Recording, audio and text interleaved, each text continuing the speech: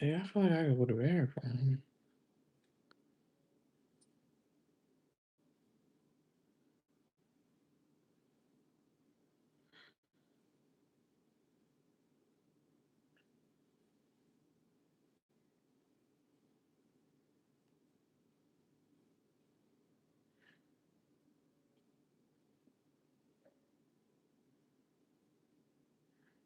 I didn't even know you could add all this on here.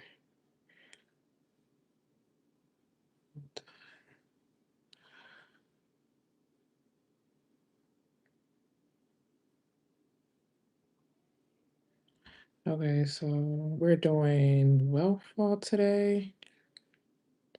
I'm live. Oh, I'm live on YouTube. Okay, hold on. Here I come, y'all. Hold on 1 second. I'm trying to get all three of them started.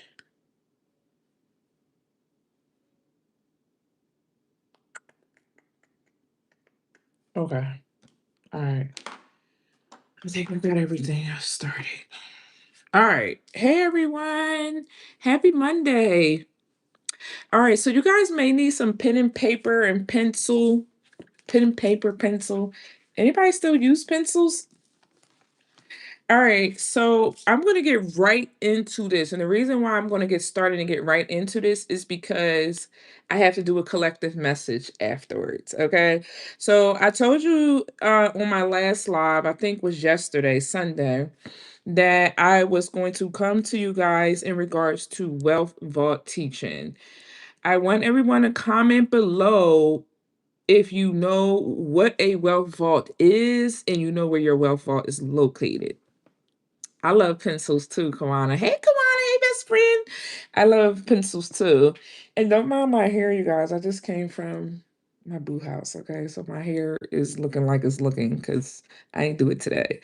All right. So we're going to be jumping in regards to the wealth vault. All right. So for those of you who don't understand, to understand the wealth vault, you have to look beyond the physical seven chakras. And I told you guys that before, that we're not operating on the 15 chakras. Okay, so your wealth vault don't sit in just one single point sometimes. Like I've told you guys before, they can they could be in different places depending on the person. Okay. And so we're going to break down the wealth vault today. We're going to break down the timeline of the wealth vault. We're going to go over the codes of the that could be blocking your wealth vault, and then we're going to go into a little bit of um how you can actually activate this. Now, I'm not going to do an activation here on live. I will be doing it in our timeline class because this is part of the Lumerian timeline. So I will be doing it in that timeline course, okay, where we'll be doing the activation and coding work. But today I'm just going to explain to you guys what that is. Okay. So first of all, the wealth vault sits in two main spots. Okay, it's going to sit within your blueprint, either in your blueprint slash your architect. This is your soul's blueprint. I've explained to you guys what the blueprint actually is on a previous live, and it sits in your soul star chakra. So your soul star chakra sits right about here somewhere. Right about here is your connection to the Akashic field, is your connection to your soul's blueprint. Okay, it's like right about here. Okay, it's the 11th chakra, so it has a few more to before it gets to this top one. You got 7 is the crown, 8, 9, 10, 11. So right around about here. Okay, yeah, about 6 inches. I think no, 6 inches is like this much, right? So it's like right here. So you can just see how thin layered those chakras are right here. Okay. This is your personal cosmic repository. So this is where everything is held right here. A lot of y'all be thinking y'all are getting attacked sometimes in the crown, but sometimes sometimes people be attacking the soul star chakra too. Okay. Because it holds your soul's original blueprint. It also holds your divine inheritance and your absolute memory of the infinite nature of who you actually are. This is where infinite supply of the vault actually originates at. Okay, so where do you get your wealth vault at? Where does your wealth vault sit at, and where do you get your wealth vault energy from? Here. Okay. The second place where you can get your wealth vault energy from. Yes, this is collective. I haven't even started the collective messages yet. I just started. You just got here, sister. Okay. So the second place, I do have a YouTube. I'm on YouTube right now. Okay. The second place where you can get it from is the solar plexus. I need y'all to stay with me. Okay, please stay with me. Okay, the second part is the solar plexus. Okay, the solar plexus is the third chakra. This is the anchor, this is the vault door. So it comes through your divine inheritance, which comes from the storehouse, which comes from the provision, which comes from the kingdom of God, comes through the soul star chakra, which is whatever you're designed to receive, and then it goes down into the solar plexus. It anchors into the solar plexus. And of course, you could work with the root chakra, but the root chakra typically holds a lot of coding that you need to actually remove. Okay, because remember, the root chakra is developed during like childhood years. The solar plexus is where we really anchored ourselves on how we viewed and valued money. Okay, so that's the solar plexus. While the soul star holds the blueprint, the solar plexus is where the actual vault door sits in the physical body. It seats of your divine sovereignty, your willpower, your identity key. So if your solar plexus is distorted by themes of shame, smallness, or seeking permission, the vault door remains locked. Clank, clank. Okay. No matter how much cosmic wealth is sitting here, it's sitting here in your upper blueprint, that can't come in because it's literally blocked off. Okay, because of distortion and things of that sort. Okay. All right. So everybody understand that. So when these two centers actually align, and that's the focus, is to get these two centers aligned. When these two centers align, energy flows. Infinite storehouse of the soul star chakra comes straight down the central channel and materialize through a highly calibrated solar plexus. Everybody with me so far? Because is everybody with me so far? Okay. All right. So now that you know where your actual wealth vault sits at, okay, and what now that everybody knows where their wealth vault sit, let's talk about the timeline, the golden age, with the timeline of wealth actually established. When we trace the lineage of wealth back to its purest form, we have looked past the modern scarcity driven Babylonian. How many of you guys know about the Babylonian timeline? That's a whole nother story that I'll talk about that later. Okay. Well, I'll talk about it in a different video. Okay. The Babylonian currency model. True uncorrupted wealth mechanics were established during the golden age of Lumerian. So hopefully you've all heard of the Lumerian timeline. In Lumerian timeline, wealth was not defined by paper, coins, or transactional spiral matrix system. Okay. Now, if you guys have heard of the matrix system, right? The matrix system of coins, paper, and transaction was formed right after all of this. Okay. So this is right there at the time where, that's why a lot of y'all be like, I want to get out of the matrix. I want to get out of the matrix. Well, what you're saying is that you want to get out of a grid system. You want to get out of a system. So when people say I finally escaped or got out of the matrix, they're finally removed themselves out of a system. And that's this system that it was actually established, right? It was established as a frequency of absolute harmony, resonance, and contribution before this matrix system came in. So that's when the wealth timeline was actually established. So the Lemurian frequency, this is how the collective operated before. Okay. They operated in a unified grid system. Okay. Wealth was kind of like a resource allocation based off of divine alignment. So wealth was given to you based off of divine alignment. You held wealth because your frequency was wide enough to distribute it an expansion of the whole.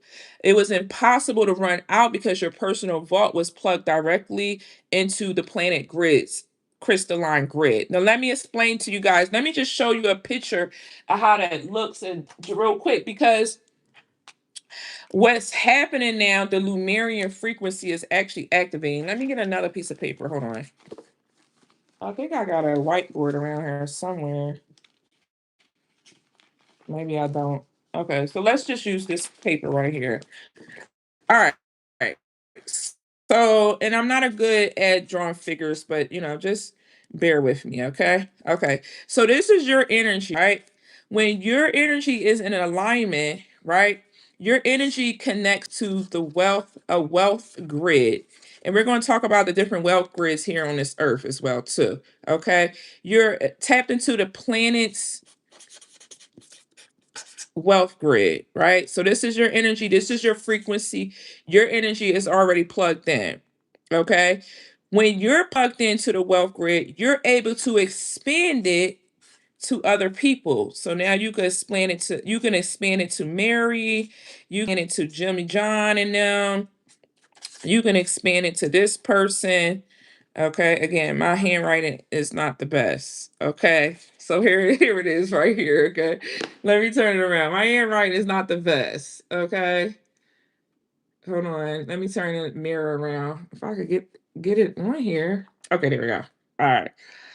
Okay, so there is so this is you, okay?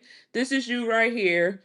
You're in alignment. Because you're in alignment with your soul's mission, soul's purpose, whatever your blueprint is that sits in your soul star chakra, or you connect to the planet's wealth grid. The key is to always, hi Angela. The key is always to tap into the wealth grid here on earth. And I'm going to tell you guys where those are and how that works later. Okay. Then you're going to basically distribute that energy or that frequency to everybody else around you. That's why when people come around you, they actually expand in their life. Have you ever got around people and they actually expand and did well in their life? This is why. Okay. It's because you have a Lumerian frequency that's activated. It's because your energy is connected to the planetary wealth grid. And when your energy is connected to that planetary wealth grid, you never run out of wealth. This is why some people always continuously is going to be taken care of by Mother Earth, right? Mother Gaia, the frequency of the planet, right? Okay. So distortion happened later. It was later during the collapse of the sequence timeline, which is the Lumerian timeline. When the Lumerian timeline collapsed, the frequency of wealth was inverted into a tool of separation, hoarding, and survival based power. And that's what we've been living off of. The Lumerian collapse started, okay, that timeline started the collapse. Okay. And so that's when we started to go into money as a tool, coins. We also begin to go into separation. So now it's like, oh, you don't get no energy. You're not getting no energy. We went into separation. Okay. So you're not connecting. I might be tapped into the wealth grid, but I'm not giving you none of this wealth grid. So we started to get people who was hoarding money. Okay. People that was hoarding, gatekeeping.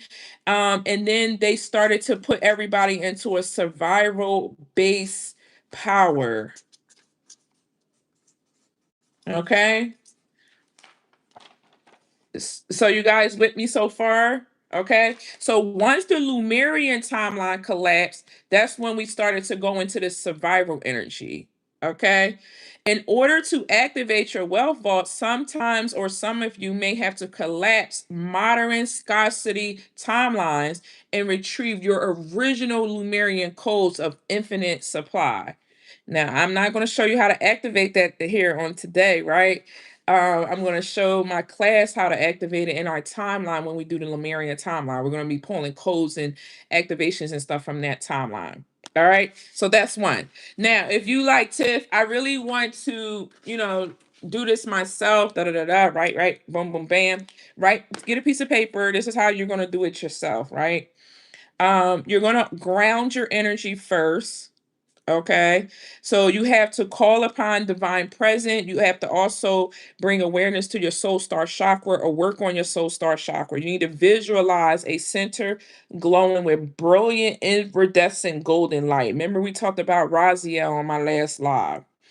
Okay. Same color. Okay, and you're going to allow pure, undistorted blueprints of your infinite wealth inheritance to pour down to your crown, washing over your third eye, clearing your throat, okay, and pulling at the center of your actual being. After you ground, after you get connected, right, the next thing is you have to dismantle ancestral scarcity vows, okay, ancestral scarcity vows. Okay. And then the next thing after you do that, you want to clear the gatekeeper. Okay, clear the gatekeeper. So as the old structure collapsed, I clear the space. I wash my solar plexus with a wave of violet flame, transmuting any remaining residue of shame, guilt, and the need for external validation. I reclaim my boundaries. I lock my field against any collective frequency of panic, inflation, or economic fear. You have to get yourself out of that grid, okay? My economy is not governed by external world. My economy is governed by the absolute supply of my divine blueprint. After you clear the gatekeeping energy, because a lot of y'all be gatekeeping, and I mean, a lot of y'all be in this gatekeeping energy. This is what gatekeeping look like. Gatekeeping is like they take your energy. Yeah, you connected to the wealth grid, right? But the matrix system, the government system, basically what they do is take, it's like you're connected to the grid, right? But when your energy, instead of it coming to you, it flows to the matrix. This is not a good writing of it, but this is you. You're connected to the grid. You're cut off. It goes to another it goes to another grid system. Okay, and I'll talk to you guys about that before. Okay, after you clear out the gatekeeper, then you're going to recode the solar plexus for absolute abundance. I can't stress this enough. Recode the solar plexus, and we're going to talk about codes that could be blocking your energy from your wealth as well too. Okay, you're going to recode the solar plexus. After you recode the solar plexus for absolute abundance, then you have to lock the grid in. Okay, so then you want to integrate and lock it in. Okay. All right, so those are the steps right there. So the first step is grounding, dismantling ancestral. You got to remove yourself from ancestral vows and contracts. Then you want to clear out the gatekeeper, whatever you've been plugged into. Then you need to recode your solar plexus. Then you need to integrate it and ground it and lock it in. All right. Y'all know I'll be talking fast because I have to move on to. Okay, now we're going to talk about these codes. All right, there's a lot of them, and I'm not going to go over all of them. I'm probably going to go over 3 of them. All right, let me get a drink of water. Is this my water? I think this is my water. All right, so we are going to go over the different types of scarcity and wealth blocking codes. The first one is poverty identity codes. A lot of you deal with poverty identity codes. You like Tiffany, I know I'm not meant for poverty. I know I'm meant for wealth. I know I need to get it together. I know I need to do better. Okay. With the poverty code, dude, let me see if I can get another piece of paper to show you guys. Okay. Let me see if I can get another piece of paper. The poverty code sits in your aura. Okay. So here's John Doe, whoever you are. Okay. Here's your aura. Okay. This is your aura. Inside your aura sits codes. Remember, I explained to you guys it's important to get your list of DNA codes, and then things change. So make sure you're updated with your DNA codes. Okay, I got one. I got my list 6 months ago, but that may have changed. Okay, so in your aura sits like these DNA codes, and they float around. These are basically the operating system. Okay, not your command system, but they're the operating system. So the poverty code is going to say, let's say this is the poverty code. The poverty code is going to say, I am comfortable with in being in the struggle. This is the poverty code. I am comfortable in the struggle. Okay, so you got a poverty code. You're comfortable in being in the struggle. Okay, how it shows up, you feels weird when money is flowing easily. You self-sabotage when things get stable. You wait for something. It's almost like you're waiting for something to go wrong. Okay, you say I'm used to this when things go wrong. You're like, oh, I'm just waiting for the ball to drop. I knew something was going to go wrong. You say you're used to certain things. The root cause of this is because your nervous system is addicted to struggle. And this is your nervous system, this is your aura. Okay. So what you want to reframe this as ease is safe, stability is my new normal. Okay. Um, it's really important that you guys get rid of these codes. Okay. You have to code yourself out of this.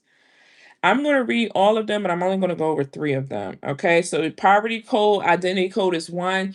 Guilt of success code is another. We're going to go over that one. And instability code is another one. You have money equals conflict code. Wealth triggers drama. You have a ceiling code. Your subconscious income reaches a limit. Okay. Over giving code. Revenue leaks through generosity imbalance. You just giving your money. You making the money, but you're giving it to anybody and everybody. Anybody that help, you're going to be generous and help. Okay. You have a fear of visibility code. You have a chaos prosperity code.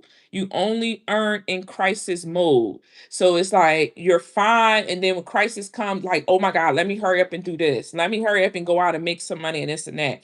So now it's like a crisis. Your nervous system is used to crisis energy. You have a burnt out revenue code. Work must be earned through exhaustion. And then you have a self-worth pricing code. These are my people who are afraid to charge their divine pricing. Okay. So the next one I want to talk to you guys about is the guilt of success code. We're going to talk about the first 3. The guilt of success code, fear of outgrowing others. I don't want to leave my hood. I don't want to think bigger. I don't want to leave my family. I don't want to do this. I don't want to do that. You're moving out of guilt when you're meant for success. So you're afraid of success and this will isolate you, or you feel bad making more friends and family that actually align to your success. So you subconsciously stay small to stay connected. Okay, this is when you're downplay your wins, you never celebrate nothing that you do. You avoid leveling up and you keep your circle that can't grow with you. How many of y'all have had friends in your circle and they are not growing? You hold on to them and they just doing the same old things. They're not growing, they're not healing, they're not leveling up. That is a no. Okay. Loyalty to old identity, loyalty to your future self. So you have a hold on a second, you guys.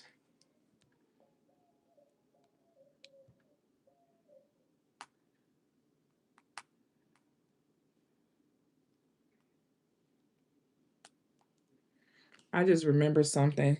I had to ask my daughter something before I forgot. The root is you have a loyalty to your old identity and loyalty to future self.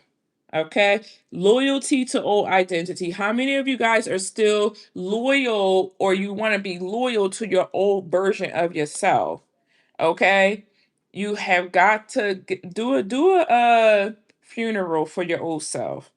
Do a nice funeral for your old self. Thank your old self. Thank you for all of the lessons you taught me.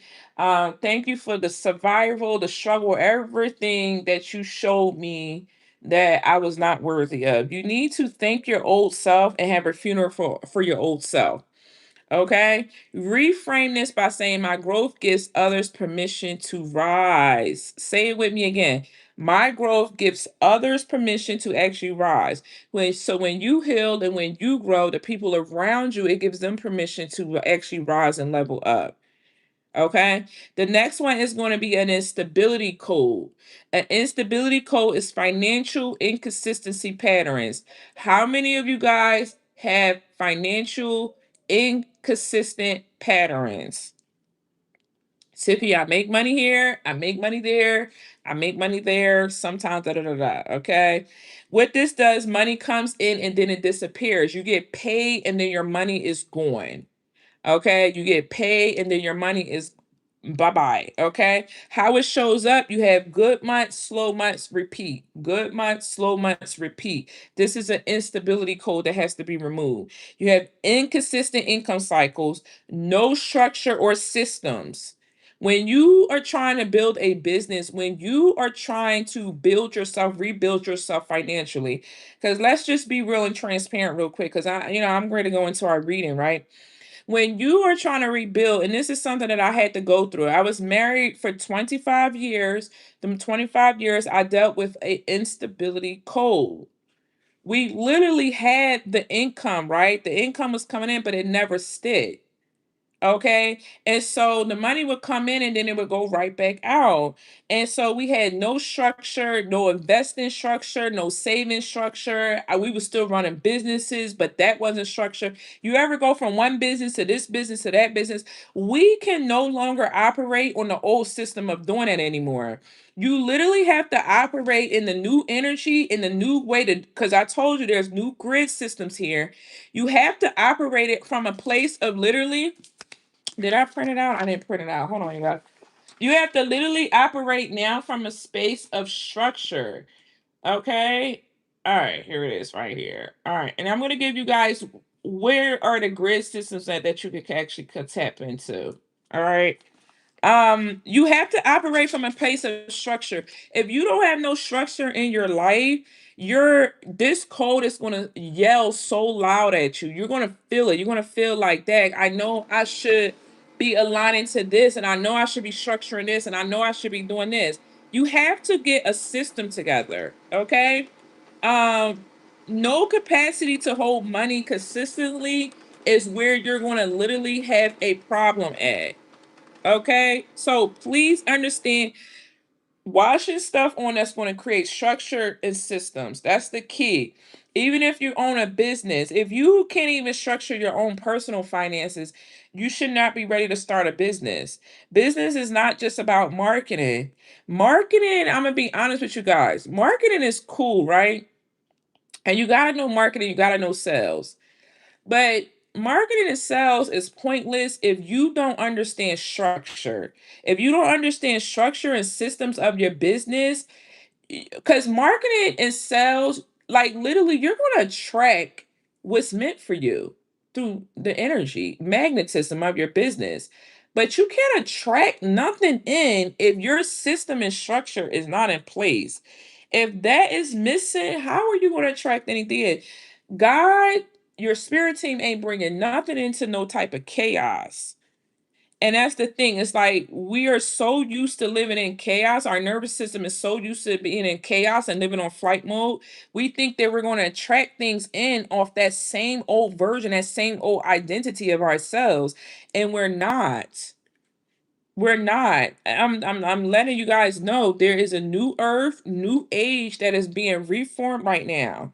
If you are not investing, if you don't have no savings, if you're not structured, if you are not building for legacy and future and mission and purpose, you're going to see people go through it. People are going to be stretching and surviving, what you're already seeing now, just to keep means, like to keep their means up.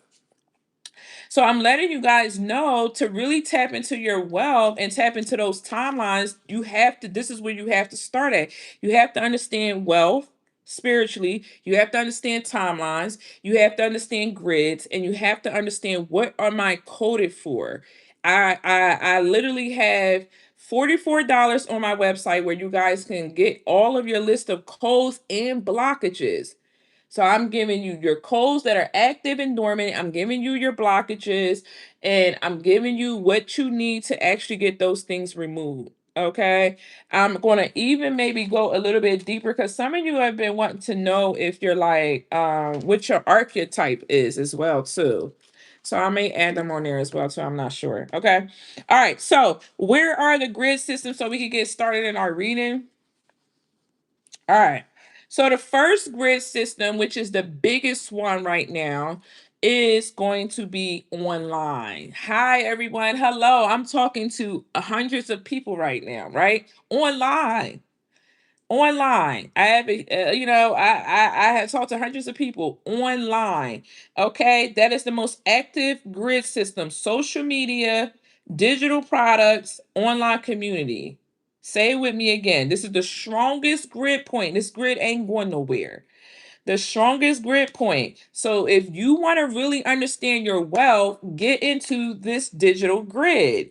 Social media is your visibility, digital products is scalability, and online community is monetization. The faster you get on here, the faster you start building your community, the faster you start monetizing, scaling, and you become visible.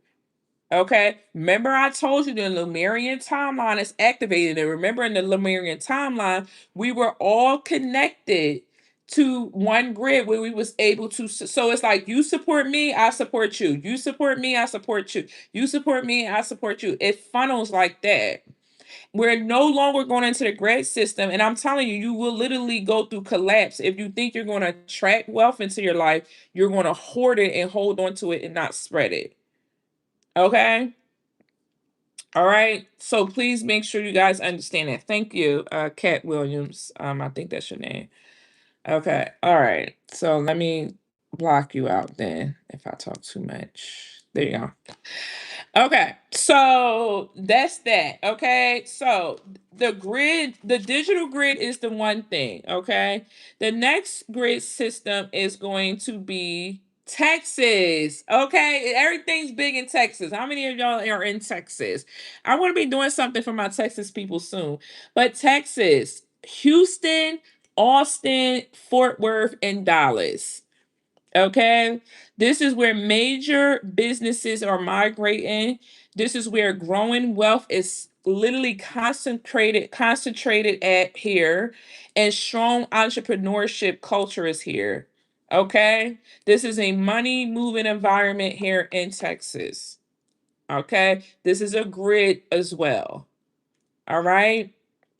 If you guys want to tap into these grids and you're in these cities, you go outside, you meditate in the sun, you visualize yourself. What I just showed you guys how to tap into the actual grid, wealth grid.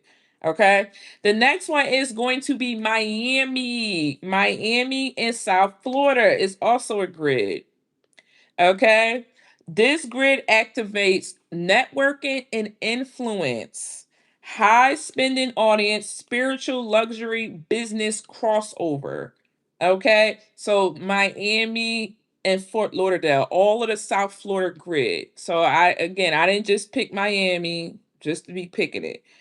Okay, I knew what the energetic grid in the vortex that went across Miami would holds. Okay, so that's why we're doing our 8-8 event there.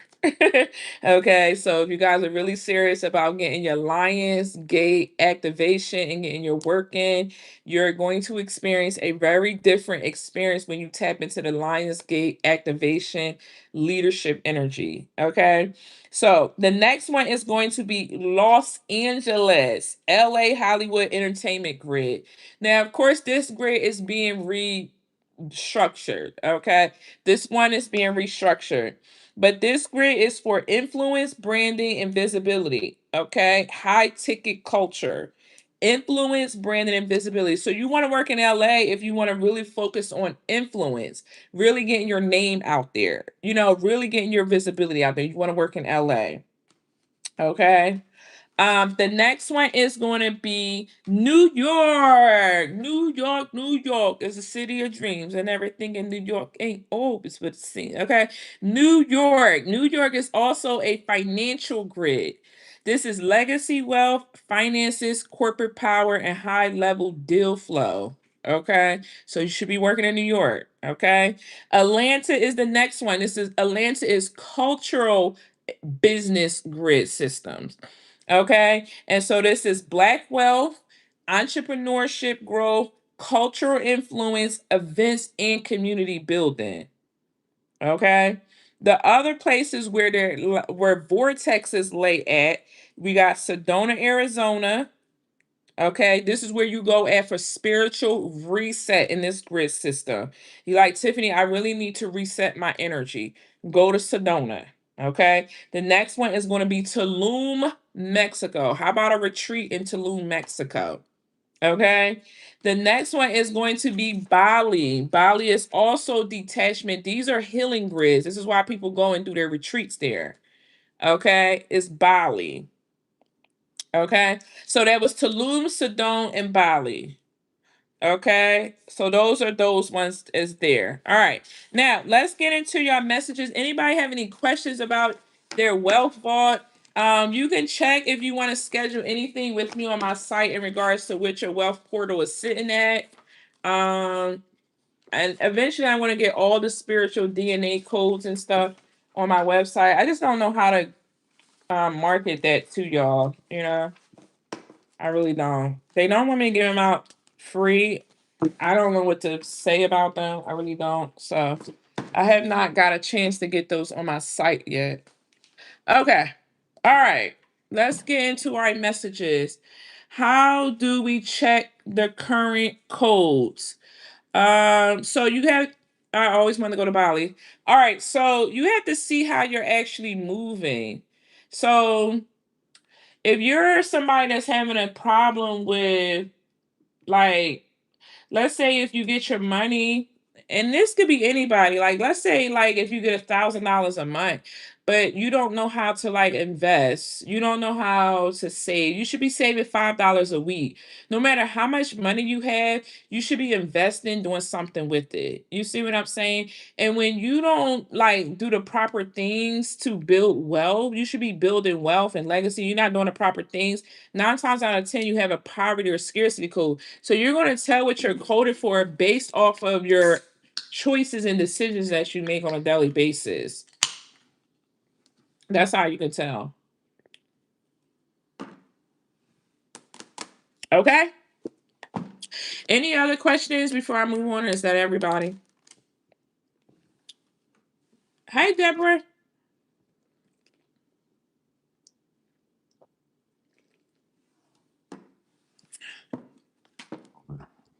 Oh, these are my confessions. You got somebody want to confess? Confession and acknowledgement. It's changing direction. Somebody could be a Libra.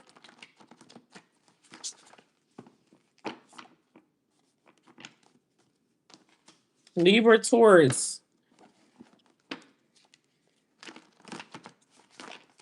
There's definitely be a Libra, Taurus, or other Leos watching me. Them energies always come out. These are either y'all energies or these are the energies that y'all be dealing with. Always come out in the cards. Yeah, some of you are clearing. And you know what's crazy? Because a lot of you are clearing out spiritual debt as well. Okay. You're Empress. Hi, Empress. Yeah, a lot of you are clearing out spiritual debt. Look, wealth. Okay. It says wealth oracle. Do an intuitive wealth reading on yourself. Some of you need to get a wealth reading on yourself. And let me just make something clear about wealth, because wealth is not about money. Wealth is about literally your ability to be able to give yourself freedom. Oh, that scared me. Time. Hold on. You have a Leo moon? Hold on a second, y'all. A Leo moon. Ooh. Fire moon. What is that? Oh, somebody. Ooh. Why you didn't tell me you was ordering something? I need a water. Hey, what you get? Give me some French fries. I'm so greedy, y'all. Lord knows I don't need to be eating no French fries. Jupiter coming out again. What you got? Give me some fries. I'm so greedy. Give me some French fries. I want to put my whoppers. We got a Whopper. Yeah, that sounds good. I can't have that. All right, Holy Spirit, angels, and guides of the highest white light, we thank you so much for this day. I invoke the energies of Archangel Metatron, Archangel Michael, Archangel Raphael, Archangel Gabriel, Archangel Michael for protection, our angel Metatron to read the timelines and the energy of the message clearly. Our angel Raphael allow this message to be healing for the collective. And our angel Gabrielle for my throat chakra, clarity and truth in this message. We thank the Most High God, your throne. We come before your throne humbly at this time in thanksgiving, joy, and praise. God, we thank you. I just want to say thank you. Thank you for everything that you have bestowed upon me. Thank you for every lesson that I've learned. See, allow me to use my wisdom to make better choices and decisions. Not only me, but also may the collective receive the messages for better choices and clarity and decisions in their life. Ashe, amen. Why don't you just put me something on a napkin? Put me a few on a napkin. Good though. Huh? Really cold. Mm-hmm. I'm hungry. See, you want to make some food? You want to eat? I want to drink Mike's. We got Divine Love contract. Okay. We got Soul Business Expansion. Soul Business Expansion. The code is 333-144-122. Activate. Your business is a living altar of abundance. All right. Debt liberation. I'm trying to tell you, somebody here is clearing with Saturn energy. Someone here is clearing out old debt. Spiritual debt 000111199. You are no longer a match to debt frequency. So your energy, your spirit just no longer. This is Saturn. This is because this is some type of lesson that you learn. Can you order my food? Yeah. You got the money for it, and I'll give it back to you when I get off live. All right. You got Saturn energy, karmic lessons around. Okay, so some of you could have been connected to like that struggle, broke love. Was y'all out here dealing with struggle, broke love? Somebody here?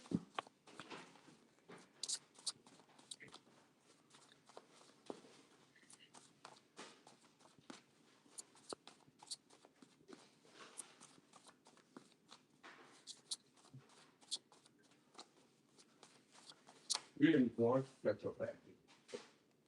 And can you get me a cookie? I need cookie, chips, and a number 7. Woo, child, I'm so greedy. But I'm about to eat that sandwich and go sit down peacefully and do my work. I need a cookie. Okay, you got Pisces energy, 12th house is significant. Some of y'all need to remove your emotions out of something. And you got Archangel Raphael. I'm starting to already feel the emotions. Are y'all feeling the emotions? I was feeling a little bit of it today. Some of y'all need to detox your friends.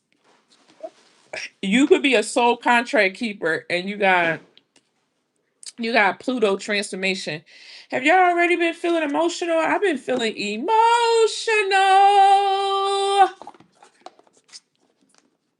Okay. All right, let's see what this is about. Saturn out here, Pisces out here, Pluto out here. That's Neptune. So this is something about the subconscious mind. Our angel Raphael is out here. Thank you for blessing us with your presence. Phobias. Somebody could be scared of their mother. Lord have mercy. Was you scared of your mama? I used to be when I was little. Now I'm not scared of her. I be like, bring it on, Dad. It's like not like that. I be like, bring it on, Dad. Okay, you got Egyptian timeline out here. I be like, bring it on. All right. All right, you guys. Oh, let's start. I'm gonna do our thing on our cell. I forgot to start it, you guys. I forgot to set it. Don't well, y'all don't need no cell today, do y'all? Okay, if you want to purchase a candle, you can. Okay. I really need you guys to buy the cleanse and protects. Okay, because we got a lot of those in stock. All right. All right, let's see. I feel like y'all need a love message. You got male and female. Some of y'all want to know what's up with y'all love life. Do y'all want to know what's up with y'all love life? My love life. Yeah, look, unrequited love. Y'all want to know what's up with y'all love life? I feel this. Somebody here pressing on my energy about love. Maybe this about y'all baby daddy. All right, let's see. Male, female, unrequited love. I don't like calling them baby daddies. You got trees. All right. Hopefully this. You got Greco-Roman leaving in. So there could be a baby father that leaves and goes. Yeah, look, love life. Some of y'all, this is look. It says love life. It says Egyptian, Atlantis, biblical, or is y'all love life affected with y'all finances or something? Because I got divine love contract out here. Maybe that's what we need to go in on another day, honey. I don't know. We'll see what comes out, but I can't think about love. I just kind of like confessing my feelings to my man, and I'm like, dang, why did I do that? You know how you do that? Then you feel like I don't know. I feel unapologetic about it, but I still feel like vulnerable. I still feel vulnerable. You know, you like, look, Archangel Raphael again. Archangel Raphael again, and Archangel Gabriel. Look at that. It's healthy. Is that what it is? Okay, you got balance and the King of Kings and the treasure. Gabriel, the garden. Oh, this is something about love. Okay, we want to keep Raphael out here again because Archangel Raphael keep coming through. I'm gonna work with him tonight so I can heal whatever this. It's something emotional coming up. I can feel it. Emotions. Okay, what's this here? The Garden, Five of Roses. Okay. You also have the Empress, Archangel Gabriel. The Empress is out here. And you have Death, Scorpio energy. Okay. So there's definitely a transformation happening around your emotions. That's a Five of Cups.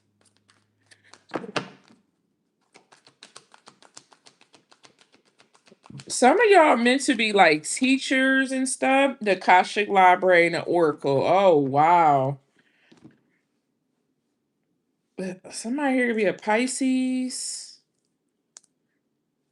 I don't know why I meant to say Pisces. Libra, Taurus, Pisces, Cancer, Scorpio, Shrimp card, Leo energy, Magician energy. Hmm. So something significant about your Akashic records. I think that need to spend more time in Akashic records. Somebody here may need to spend. I know I do. Child, don't. I swear. I know I need. I took all week. I took all last week off. I ain't Akashic nothing last week. I was just like, yeah, I need a break. I'm tired. So last week I needed a break. This week I'm back. You know, I feel like I can, you know what I'm saying, get to it. All right, let's see what this is. Because I'm already starting to get something about. Oh, okay, this is what this is. Somebody here could be concerned about love being a distraction from their mission and purpose. Somebody here got a mission and a purpose. And then we picked up the Buddha energy in the school community. I gotta put that on the school tab.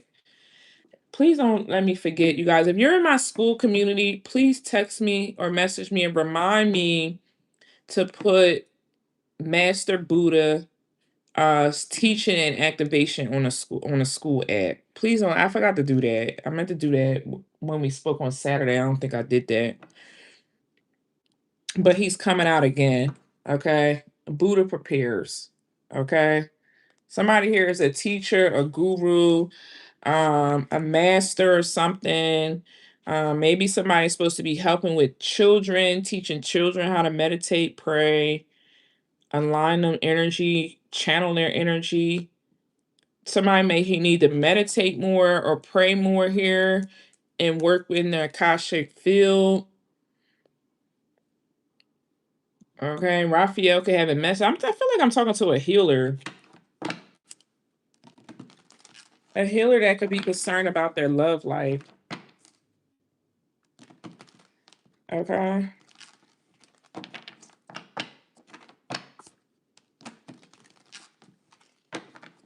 Yeah, because somebody here is an oracle. Wow, and now you got the emperor.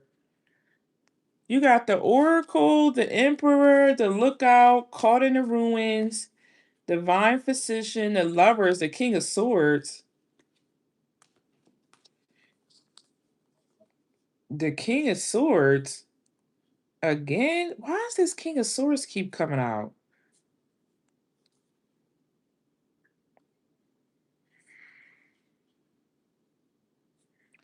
It's like from your past, somebody from your past know y'all are a healer or something. They know something about you, and they know you're a physician, like you're a divine physician, like you can fix something or heal something, and they want to come back and disrupt something because they need your help healing something. Somebody could be doing really bad here, and spirit could be telling you to look out because somebody's caught in the ruins. You could already be aligning with your emperor. The emperor and the empress is out here. Somebody here could be having two children. Wow, what's this here? What's this soul business, debt liberation, divine love contract? What all this got to do with it? What's the message?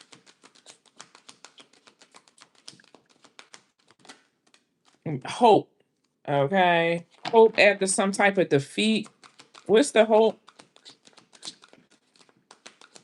Hold on, y'all. I'm gonna get material, financial and material changes, suffering, conflict.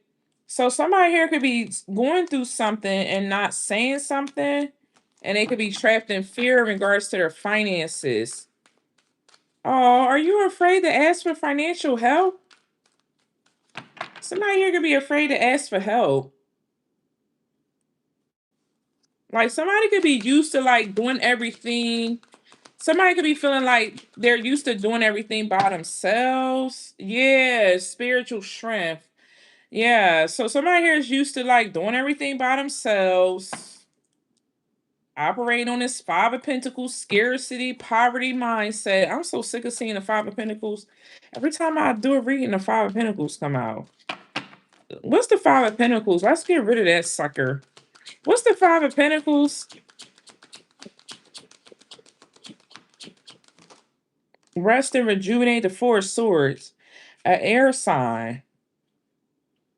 I don't know who y'all dealing with. This air sign, Six of Swords, Five of Four Swords. Somebody could be moving away from it. What's this Five of Pentacles? And rest and rejuvenate. Some's going to require strength to get through something. Disruption. Scorpio, Aries, light at the bottom of the deck. This is somebody here. I don't know who this is in y'all energy. I don't want to read about them today.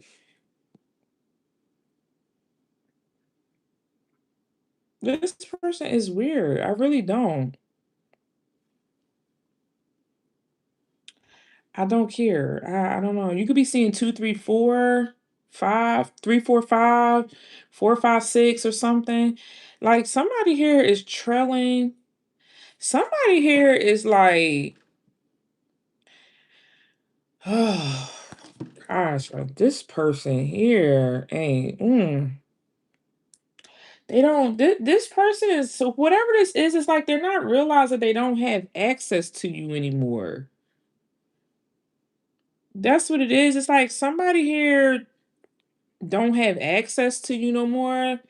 Like, even if you could help them, it's not going to work because spirit's saying this person is cut off. This is somebody that's cut off of something. So something's not going to work.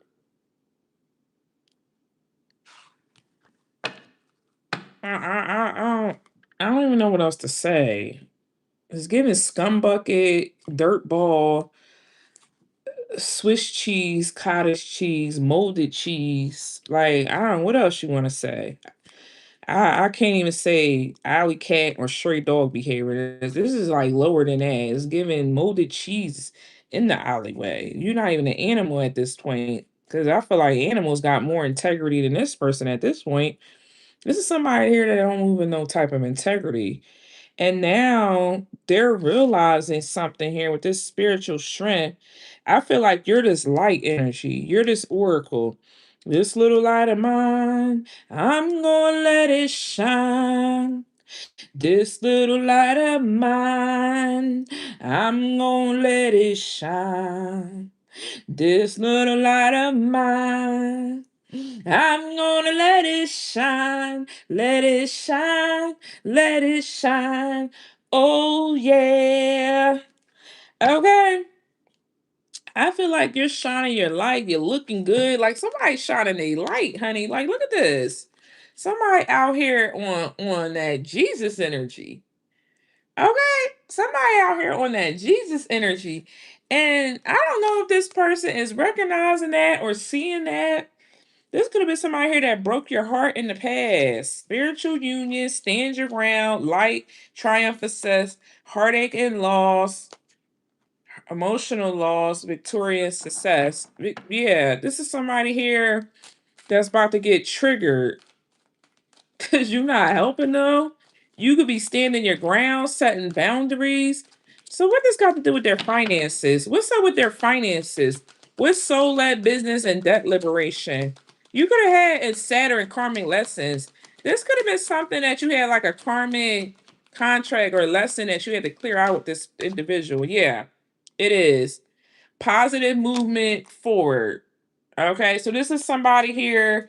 This is why this is coming out. This is somebody here. You had some type of strength card, power.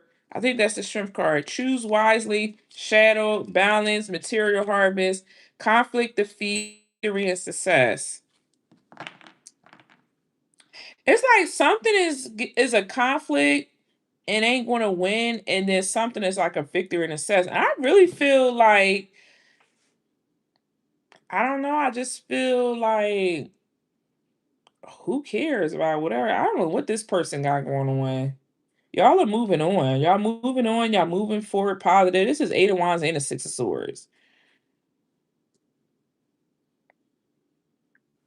And so whatever this could have been like somebody finances was held up. And so this contract got reviewed or something. This could be a friendship. Some of you may need to walk away from a friendship. Let's detox your friendships. Some of y'all got friends that ain't serving y'all. Yeah, friends. How many of us have them? Okay, you got Gemini energy, Gemini Virgo. What's friends? What's awareness?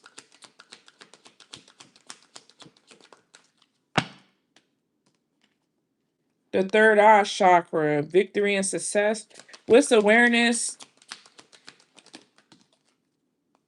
Oh man, y'all got friend. Y'all got fake love around y'all. Patience. Somebody could be a Sag. I think that's Sagittarius 14. Love begins. Ace of Cups in reverse. Somebody could be a Sagittarius.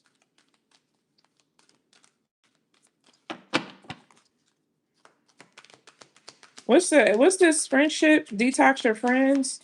Some of y'all may need to cut a cord from somebody. Yeah. Yeah, Gemini. There could be a Gemini watching you guys. Deception, envy, Gemini, Aquarius. Gemini coming out here twice. Love begins in reverse, new beginning. Yeah, detox your friendship. This could even been somebody who you maybe was like romantically involved, and maybe y'all just ended on as friends, or maybe y'all was friends and y'all had thought y'all had something going on, and this person could have been deceptive. There's no love here. Some of y'all need to cut cords from this person. Man, what is this? I feel like somebody interfering with the energy.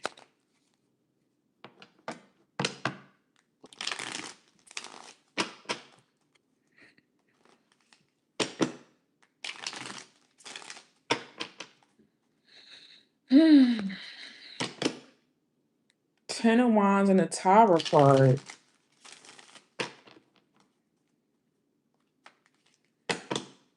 And the Knight of Swords. Somebody is coming towards y'all. I'm hearing with the BS. Yeah, look, Knight of Swords, Nine of Pentacles, the World, of Ten of Wands, and the Queen of Pentacles. Because somebody here, the Five of Swords and the Emperor, this person could be getting into it with your person. A Virgo could be significant. Somebody could have went through something with a Virgo.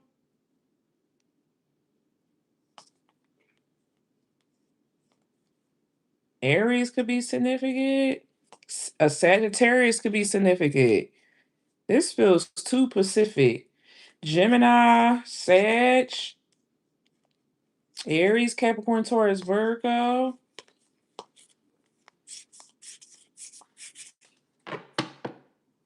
Oh boy. Okay. That sound real. What's this going on here with their soul business and their finances? The Six of Wands. Remove your emotions. So, are y'all like feeling like, yeah, the Two of Swords? Y'all could be feeling emotionally disconnected from love and friends. Maybe even some of y'all businesses. Yeah, this could be like you're emotionally disconnected from a bunch of things. I feel like I'm reading somebody that's sick and tired of friends, sick and tired of lovers, sick and tired of like trying to get your business to be successful. Like it's just like I don't know. It feels like somebody here is weary, tired.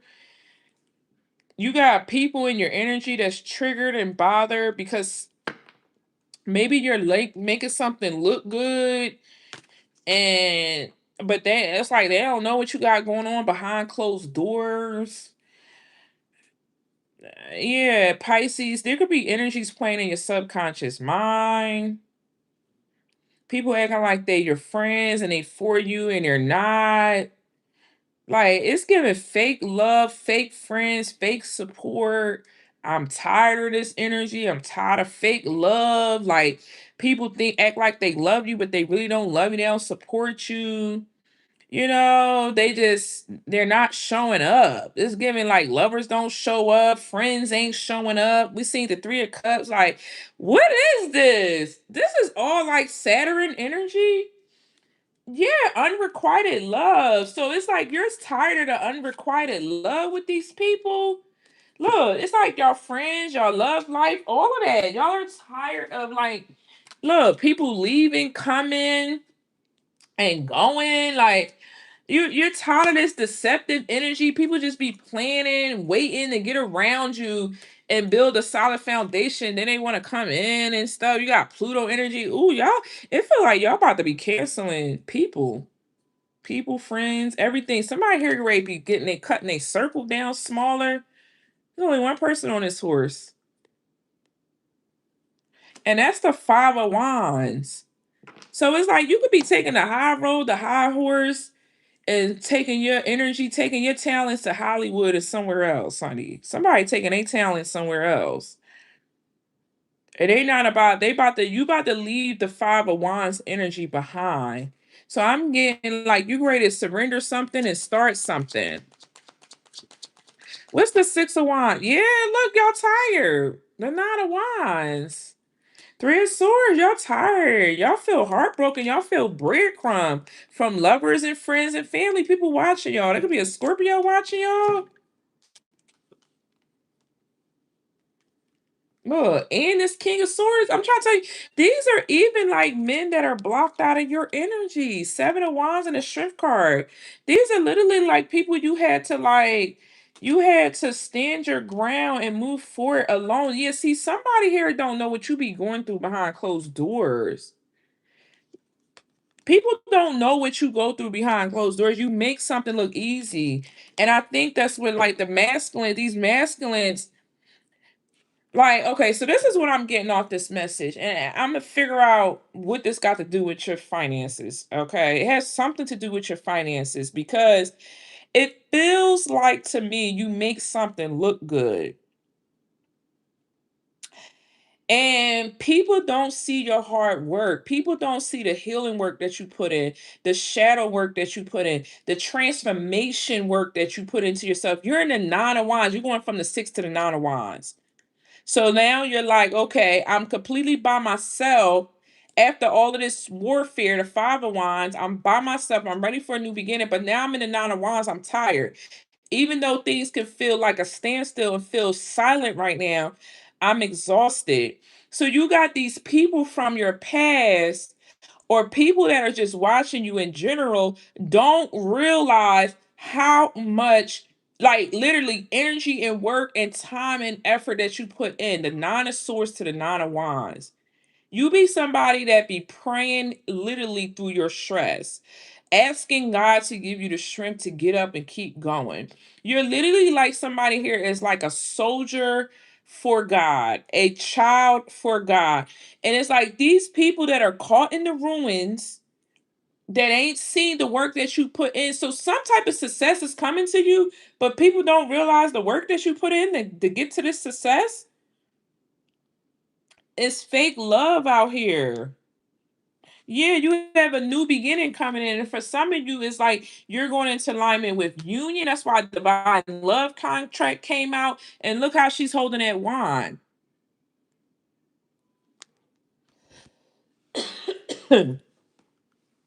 Yeah, new beginning and harmony. Yeah, look, Page of Pentacles and the Three of Swords, the King of Cups. Yeah. Mm.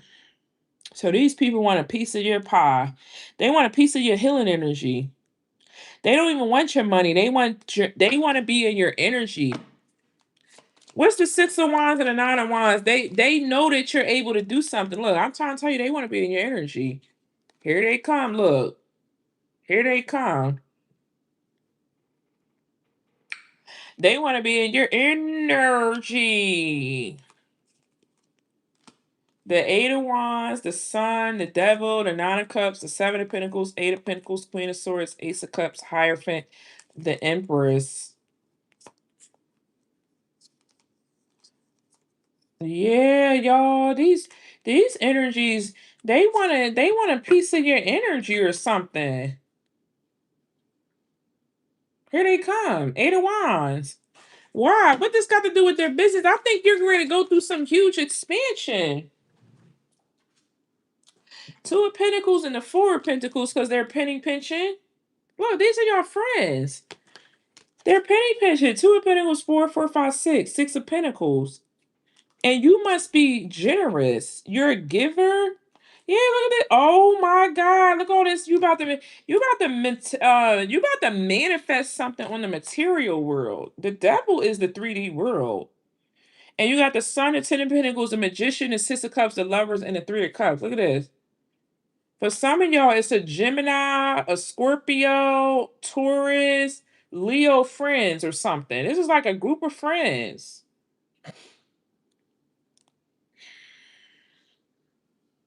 that are not doing well financially, and I don't, child, I what's this here? What's the Four of Pentacles to the Two of Pentacles?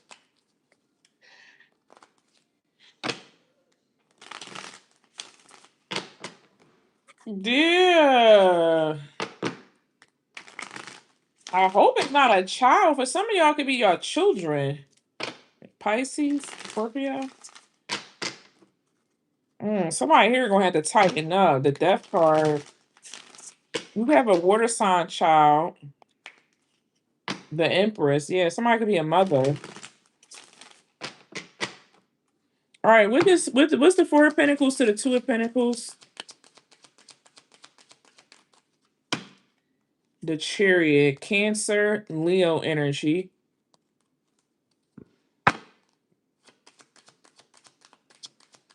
What's the Two of Pentacles and the Four of Pentacles? The Five of Swords. Mm. Mm, mm, mm. For some of y'all, this is family.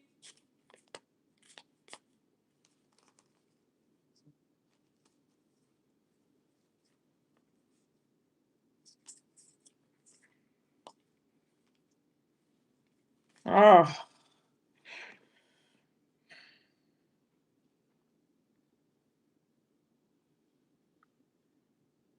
I don't even know what to say about this. I really don't. I'm kind of appalled.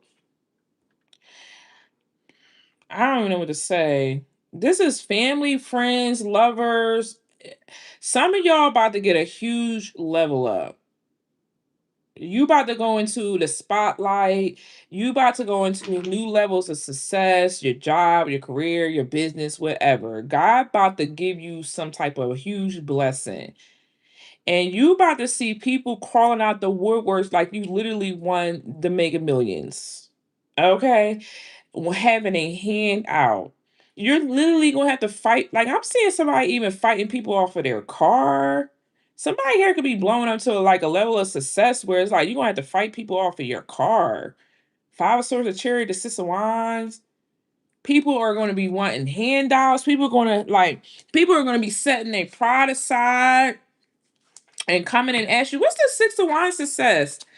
It's like people want to be coming in asking you for all kinds of stuff. Look, the Five of Wands, the Six of Wands, the Five of Wands, and then I tell y'all, it's literally like the same people that cursed you, blocked your finances, curse you, stab you in the back, want you.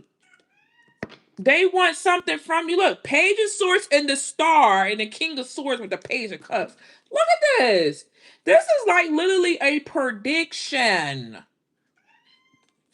Look, they watching. I don't know who these men are, but for some of y'all, it's like men coming and asking. Like some of y'all could be even getting like a new home. Like y'all going into like this King of Pentacles energy, or you got a wealthy person coming towards you that's greater. Like something here change, life changing. Something here is like either you got a divine love contract that's coming in that's about to hit you like it ain't nobody's business. Cause look, it says love life, Atlantis, Egyptian. And then you got harmony with new beginnings over here. Positive, you moving positively forward. And I think that's why Archangel Raphael is out here to help heal something here.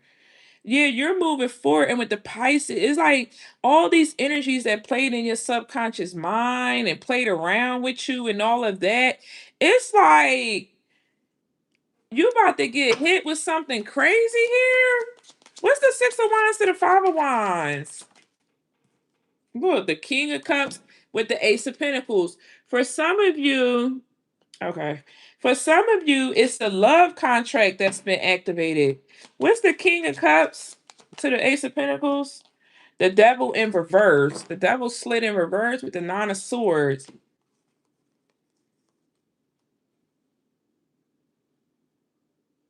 Yeah, look at this. So you could be like stressed out right now, or I don't even think you stressed out. I think you looking at people like this. The Queen of Wands is looking at these people like this. Like, yeah, I feel like you're gonna be giving them this Queen of Swords energy. Like it's y'all. This is like, you know what's crazy about this reading? These are individuals that you told them. You said something to them. Queen of Swords, Nine of Pentacles. I feel like they had to push you to get into this Queen of Wands energy. So I'm getting like you've moved out of the Queen of Cups. Like you've removed your emotions out of something. You remove your emotions out of something or these individuals, and now these individuals are in their emotions. It's like you remove your emotions out of something. You was in this Queen of Swords. You tried to tell them they moved on turkey time, turtle time, and a slow bus time. I'm seeing all of them. I'm seeing a jive turkey. I'm seeing a little short yellow stuck bus. I'm seeing, just little effort, little behavior, all of that. Okay, with the Queen of Swords and the Knight of Pentacles, they could have even like literally watched you stress and struggle while you're trying to tell them something, and they were not paying attention. So it took you going from you exit already out the Queen of Cups energy, you heal something about your emotions. Like you're not codependent on these people. You don't even have no emotional capacity for these people, these friends, these lovers, or anything. Like somebody here really detachment game is strong. And you don't even have no emotional capacities for these people. You cut these people off. You left these people, they was moving too slow. That stressed you out. It's almost like God is about to reward you. Oh, that's what it is. God is literally about to reward you for every person that played in your face and you had to cut off. It's something like that. Every person that was slowing you up because you was giving them the truth. I feel like this Queen of Swords is you. Queen of Swords, 8, 9 of Pentacles. Every time you was giving them the truth, they was slowing you up. You was like, look, da da da da da, but they wasn't moving and they slowed your timeline. This is something about them slowing up your timeline. So they put you in like this 9 of Swords. Now you're about to watch them in the 9 of Swords because you're ready to go into like a loving contract. This could have been a water sign. This could have been a water, air. Okay. That kind of kept raging up some type of spiritual warfare or something. But you're getting a contract. You're getting a divine love or a contract from somebody that's not attached to this devil energy that you're used to. You could have literally been used to like whatever this devil energy was. Yeah.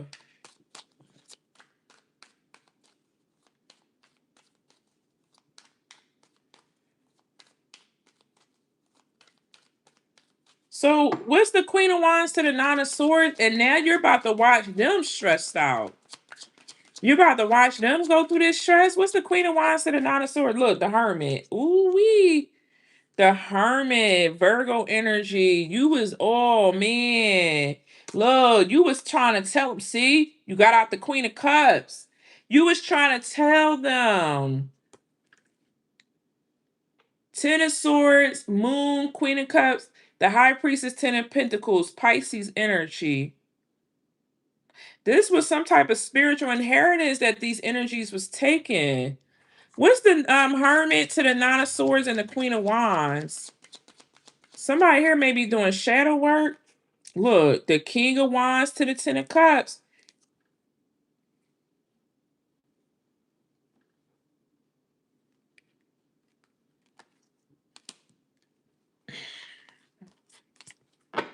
Child. Oh my Lord.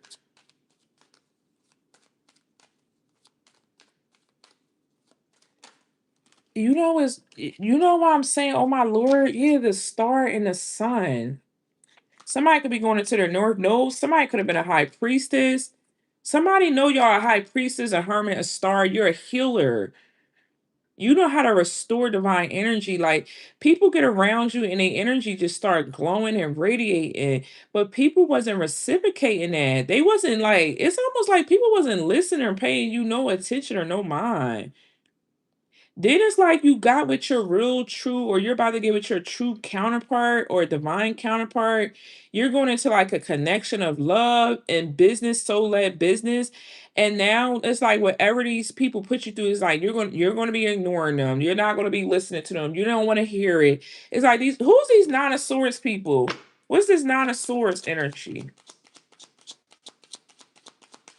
You're not going to want to have nothing to do with these individuals. Look, look. The 7 of Wands. You're not going to want to have anything. What's the 9 of Swords to the 7 of Wands?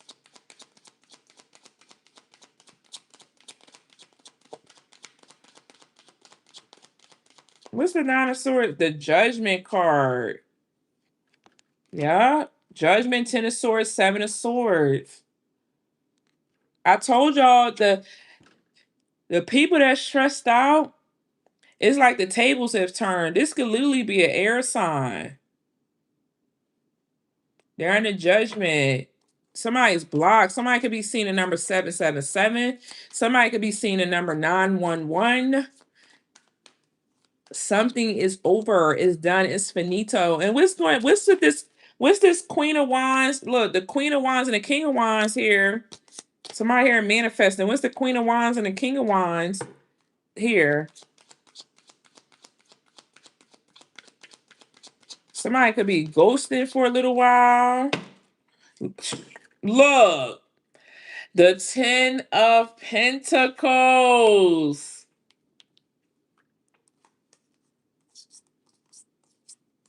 Look at all these people that's about to come back. They need your help. Like, you're not even gonna see this coming. Look, Ten of Wands, Five of Cups, Page of Cups. Look, these people miss your sex. They miss how you was financially pouring into them. They miss your angelic energy. They now are realizing how the divine brought the two of you together. This is crazy. I can't believe I'm reading this. It's literally like is now clicking, and they're now realizing the reason why the Most High and the divine and the angels brought you and them together, whether this was on a friendship level, a lover's level, a whoever level. It's like it's all of them. The friends are realizing it's like the veil is pulled off of you now. The veil is literally pulled off of you now. It's like people can see that you're an earth angel. People can see why the divine brought the two of you. Like, it's like they can see now why they brought it. And look, and you rejecting them. They can see now the Hangman, the Four Cups. They like, oh my God, I was rejecting the person that could literally help me to heal and grow and get into this energy here. Look. And now you're ready to be poured. Your energy is like literally all coming back to you full force. And like when all this energy come back to you full force, it's almost like you're going to manifest it and create it with your actual partner. King of Wands, Queen of Wands, Ten of Pentacles to the Ten of Cups. Look at this. I'm clarifying the Queen of Wands, the Hermit. Look at this. Ace of Swords. It's like y'all now are going to be able to create the life that you deserve because somebody actually is going to take heed. Like somebody's not on a slow bus. Somebody here is not, they're not a snake. They're not a cheater. They're not a liar. They're not deceptive and envious of you and jealous of you and all of that. Somebody's not like that. Somebody's actually like a real loving soul like you. They don't come with this devil energy. They're like a King of Cups, Ace of Pentacles, King of the devil in reverse. This person here is not like they're a King of Cups, King of Wands type energy. Very healing energy like yours. This is somebody here that don't take advantage of people. And you could be used to, or you dealt with these people that took advantage of you, stole from you, cheated on you, tried to bring up stuff, do sneaky stuff by. I'm seeing people like doing sneaky shit behind your back and talking behind your back and all of that. Gossiping and behind your back and all of that. Wow, what's coming towards this King of Wands, Queen of Wands, and this King of Cups, Ten of Pentacles, Ten of Cups, Ace of Swords. Look, Seven of Cups. What's Seven of Cups, Eight of Swords? Options. I mean, what's the Seven of Cups? The Empress and the Eight of Pentacles. Look, somebody stuck on y'all. The Seven of Cups. Somebody here, the Seven of Cups, Eight of Pentacles, and the Empress. This about to be shown like somebody. Look, Queen of Cups. Like I'm trying to tell you, Two of Cups, the Sun, the High Priestess. Somebody literally is about to be shown to the entire world how somebody is about to be loved. Dang, man, I really am happy for whoever this is. Somebody here great be shown how to be literally loved like an empress, a divine feminine. Eight of Pentacles, Queen of Cups, and the Empress. Two of Cups, the sign, the High Priestess. That's like exposure. Like somebody here loves, value you, they understand you. I can almost cry. I literally can. Like, I don't even know what to say. It's like you're going into a big expansion. You're going into love contract work. Somebody's getting both. You're getting work and love. You're ready to be like nurtured. Like, I don't know. I feel like I could cry right now because I feel like the people did you really bad in the past. They did you really bad. They caused you, and the reason why they did you bad is because they caused you some type of level of stress on your timeline. Like your timeline couldn't expand, your wealth contracts couldn't expand, things couldn't expand for you because of what these people were doing to you. And yes, I know we all like gotta learn a lesson and stuff like that because we seen Saturn out there. This was mainly granddaddy Saturn, right? But aren't we humans? Where's the humanity love at sometimes with people? I just don't be understanding it. Where's the humanity love? Like everybody be out here fighting against religion. Everybody be out here fighting against a man. He do this woman and that woman. Everybody out here fighting and is trying to survive and struggle for money. That you're being deceit and deceptive behind people back for money. Where is the humanity love at? Where's the restoration of love? It's not there no more. Like everybody's all about this Ten of Swords, Seven of Swords, just being sneaky and conniving. And now that they're under judgment, now that their life is looking like they're caught in the ruins, you see what I'm saying? It's like, where did that get you at? Where did sneaky energy get you at?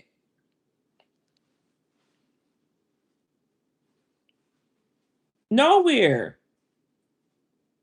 And I feel like you had to work. This was something, and again, I'm very emotional because everybody in here could relate how you had to work through lies, betrayals, abandonment, being left out in the cold, not asking how you doing, just being by yourself. Nobody asking you how you were doing. Nobody didn't care if you ate that day. Nobody didn't even care if you woke up that day. Nobody didn't care how they was behind your back doing devious things. Nobody didn't care how they was slowing up your energy by causing you energetic stress. Nobody didn't understand what they was doing on an energetic level, a spiritual level, a physical, and an emotional level. And now that you have somebody in your life that actually sees that or is about to come in your life, whether that's friends or lovers, it may not be love, it may be friends, it may be genuine friendships that come in that actually can see you on an emotional level, on a mental level, and they value you. This is about people coming in your life that actually value you on every instance friends, family, workers, clients, whoever that are not going to cause you this stress and anxiety. They're not going to leave you because you're quirky. That are not going to just disabandon you because you're having a rough or a bad day. These are people that's going to check on you and say, "How you doing, Tiff? How you feeling today, Tiff? What's going on? How can we help? How can we support?" Like, you see what I'm saying? That's something that you're not used to. Like you don't understand the countless amount of times that you literally have to get up and want the literally love somebody and have to get up and walk away from somebody you love, to literally love somebody and pour into somebody and invest into somebody, and then you gotta get up and you gotta ghost them. You gotta get up and walk away because it means your dignity, it means your power, it means your emotional health and your mental health. These people don't realize what they have been doing to you on an energetic and emotional and spiritual level. Now that you are literally about to experience your expansion, your happiness, 10 of cups to 10 of pentacles, now y'all confused. Now you want to come back. Now you want to say, oh, you was right. Oh, now you want to actually do the healing work. Now you want the recipe. Now you want the blueprint. I think not. Seven of Wands. I think not. Don't ever contact my phone. Don't ever contact my email. Don't ever DM me. And I make that very clearly and plain. I have nothing for you, nothing to give.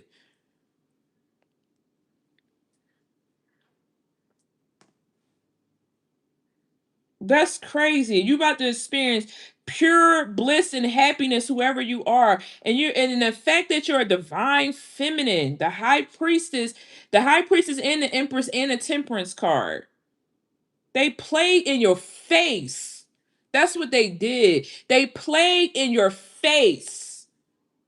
Tried to use your beliefs up against you. Tried to say you was this and say you was that. They played in your face. I don't care what I sit out here and do when it comes to tarot and going to church and going to this and going to that. I study and I do everything. But one thing you can't say is nothing about my heart. My heart is always going to be good. I always move in integrity. I'm always honest. I always do what God allows me and aligns me to actually do. I don't step out of my lane. I don't bother nobody. I don't come from nobody. You see what I'm saying? I don't step out of my lane. Why would you try to play in whoever this is in their face? Like, why? I just don't understand the state of the world right now. People is really delusional in they're delusional in the energy of deception and lies, betrayal, deceit. Can't be honest with themselves. If you can't be honest with yourself, if you know you're not a good person, you know you still need to heal and deal with some things, go into hermit mode and go heal. Go do your work. Go do your shadow work. Go get your life together. It's one thing to be a good person and go through things and you're working actively to build towards some things, but it's another thing when you are literally just basically just a broken three of swords, a broken record, and you pour that energy into everybody around you. That's recklessness. That's energetic recklessness. And I see the Knight of Swords. It's literally like somebody's coming to you with the energetic recklessness. And they want you to do what? You want me to do what? You want me to hear what?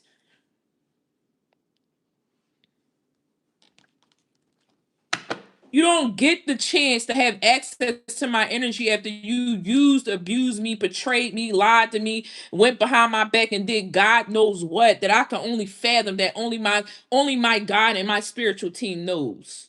You don't get to come back up in my energy or my access to that. Absolutely not.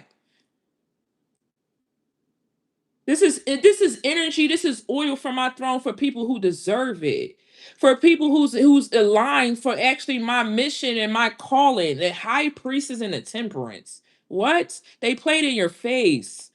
Somebody took you as a joke. Somebody didn't value you. And this ain't and I don't want to hear that. This literally ain't about, oh, I should have been more discerning. I should have been this and I should have been that. How much time do we gotta keep tearing ourselves down and actually taking accountability and actually seeing ourselves and literally valuing ourselves and like looking at ourselves as the guilt? And it's not that. It's just why you couldn't be a decent human being. Why you couldn't be a decent person and did what you were supposed to do as a friend, as a lover, as somebody that said they genuinely care for me. Y'all couldn't. Y'all was wearing a mask and y'all was deceptive. And now you want somebody to give a fuck and we don't. I'm sorry, we don't. You know how hard it is to heal? You know how literally hard it is to face your shadows. You know how hard it is to look yourself in the mirror and really deal with abandonment, deal with rejection, to deal with all of that. And y'all want to come around and act like, oh, hey, absolutely not. And I'm emotional right now. And the reason I'm emotional because I've been putting in the work for 8 long years of healing women. And I'm telling you, this is friends, family, and lovers. Everything that my mom has put me through, no accountability. Everything that my family has put me through, no accountability. Everything my exes has put me through, no accountability. Everything my friends have accused me and claimed on my name, no accountability. Don't, please do yourself a favor and don't come around. Don't do it. Stay where you at. Stay over there. I'm gonna stay in my lane. You stay in your lane. I don't bother nobody.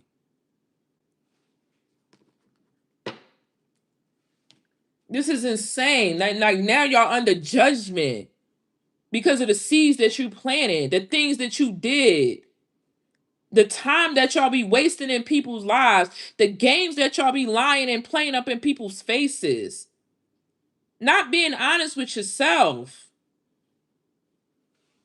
This ain't about the collective. This is about people who think that they could have and should have not played up in your face. That's what this is about.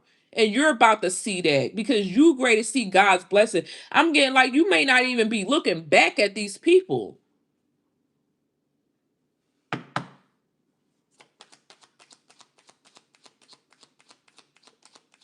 Warning them, find something safe to do.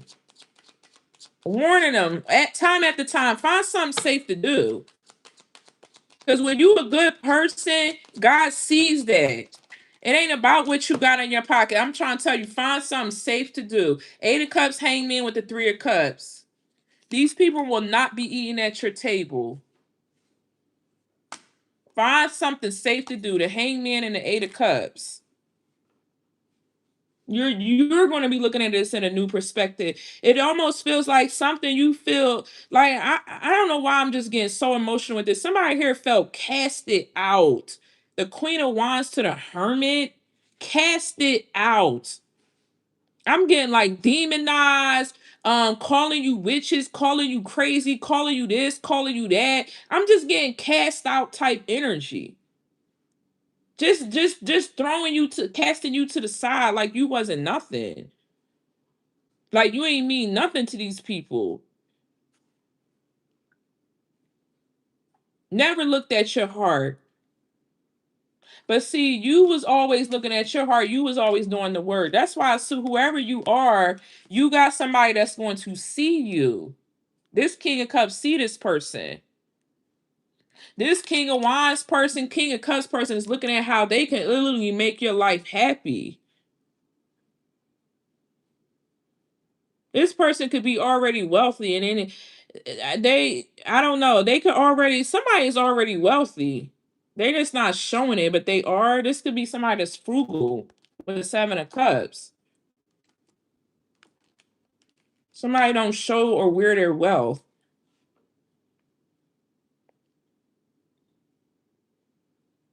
Look at all this you got. You got so much greatness coming in. Your work is going to pay off. And this don't have to be business work. This could just literally be like the healing work that you did. The ability to step into your power, to step into your authority, to take the initiative to just learn something new, to see something in a different perspective. The literally like the just the thought to just walk away from things that no longer serves you anymore. You called that harsh judgment call because I'm getting like somebody here has a heart of gold. It's not easy for whoever you are, no matter how bad people do you dirty, to walk away from people that do you dirty. It's not easy. It wasn't easy. Time and time cussed you out, did you dirty, talked about you, deceptive and all that. You still was riding. You're not somebody that's easy. Like you literally be forgiving people in their flaws. You have a heart here. You don't ridicule people. You don't tear people down. Somebody is very, very loving. Somebody operates in the energy of love. And even though like I'm getting so much, it's like you may have not really even understood what love was or what the energy or frequency of love, but you was giving it. But see, you couldn't understand it or see it because you wasn't receiving it. Now God is about you. Oh man, God is literally like you're about to receive it now. You're ready to receive love now. Somebody here is different.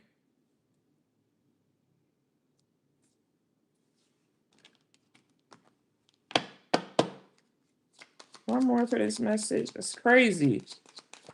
Play up in your face. Yeah, look, the new beginning that you manifested. New beginning that you manifested. Good news coming in. Look, Ace of Wands. Ace of Wands. Turning your heartbreak, all that pain, everything that you went into, your passion. You didn't even see it.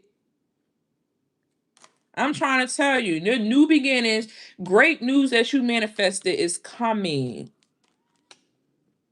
It almost feels like your manifestations are literally just unlocked and free flowing here. Somebody closed out contracts, healed their spirit, their soul, leveled up in their authority, their calling, their mission. It's like it's clicking, and you understanding on a whole nother level. And then here come these people talking about they caught in the ruin. I told you somebody here is on Jesus time. Somebody here is on Jesus time here. Somebody is the divine physician. And it's like you was given all this oil and all this energy. Now look at them. It says the lookout. These people are caught in the ruins. These people could be in spiritual jail, and they need your help getting them out of spiritual jail. These people need your help getting them out of spiritual jail. I thought I seen the 8 of Swords. What's the 7 of Swords and the 10 of Swords? Mm-mm-mm. To God be the glory. That's all I can say. That's all I can say. What's the 7 of Swords to the 10 of Swords? Look, what I tell you they was coming. Knight of Swords. What's the Knight of Swords? Look, the Wheel of Fortune is turning. They about to see now. What's the Knight of Swords, Wheel of Fortune, and the Emperor in reverse? Ace of Cups, King of Swords, and it's 5 of Pentacles. Yep, they see now. See, the Ace of Cups is coming out here now because now they see that it was like real genuine love. It's too late. It's like they see now that it's like they really see what the divine was handing them. It's like too late. Somebody's not the emperor no more to you. They somebody else's emperor. They don't have a new beginning with you or nothing. Yep, it's over. They're not that no more. This person, this is not your person no more or nothing. They belong, they need to go somewhere else. It's like somebody gotta be single and now go seek out something else. Yeah, yeah. This is a contract that was closed out. But they coming. Somebody coming. They don't know that. It's closed out. This person slow. They're not even spiritually inclined. Let me see what's the advice for this. They're not even that spiritually inclined.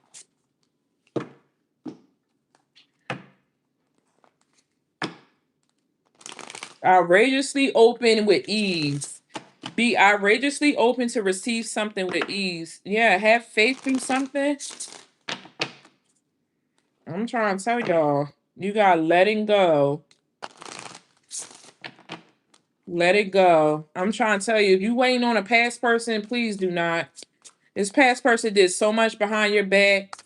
They under judgment and in spiritual jail. Just move forward with your life. You're gonna meet somebody that's more your match, more your emotional vibration and frequency. For some of you, you already know this person.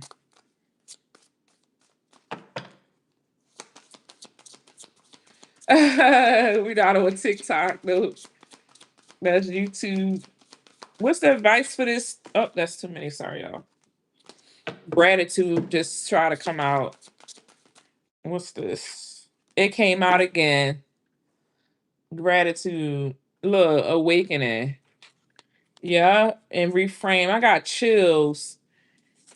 It's like you're gonna see who you really are. You're gonna see it. See, because this was something that had to be reframed. Look at all this green. This was something that had to be reframed in your life. People really distorted. It's like these energies distorted, and I don't care who they was ran by. Who sent you? You was the enemy. I don't even care what they was ran by. If you was coming in my life from some type of agenda, some type of distraction, you wasn't adding nothing to my life. You're from the kingdom of darkness. I don't care what you was ran by. You distorted and distracted and paused the timeline. You're going to pay for that. God's saying you're going to pay for that. And it's like, whoever this is, you're going to see that. You're going to be awakening. You're going to see it. And then you're going to be in gratitude. It says, "Oh, my Lord, wake me from the life as a spiritual sheep." You was trying to wake these people up. May I hear you through my own instincts and common sense. These people had no common sense. They had no common sense. They thought you was the enemy. Gratitude. Fill me with your gratitude for all you give. May I be a vehicle for wherever you go. And see, you're doing this by yourself now.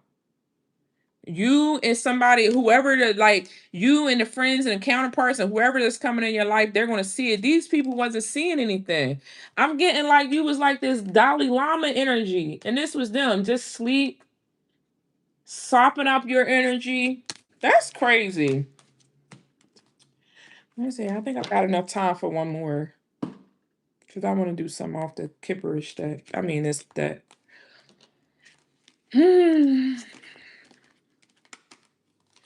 Your new person could be Pisces, Cancer, Scorpio, Virgo, Libra, Leo, Pisces, Taurus, Aries, Leo, Sag, Cancer, Virgo, Scorpio, Capricorn. Past person could be an air sign or a water sign. Friends or lovers. Possibly an earth sign. But I'm getting heavy air and water.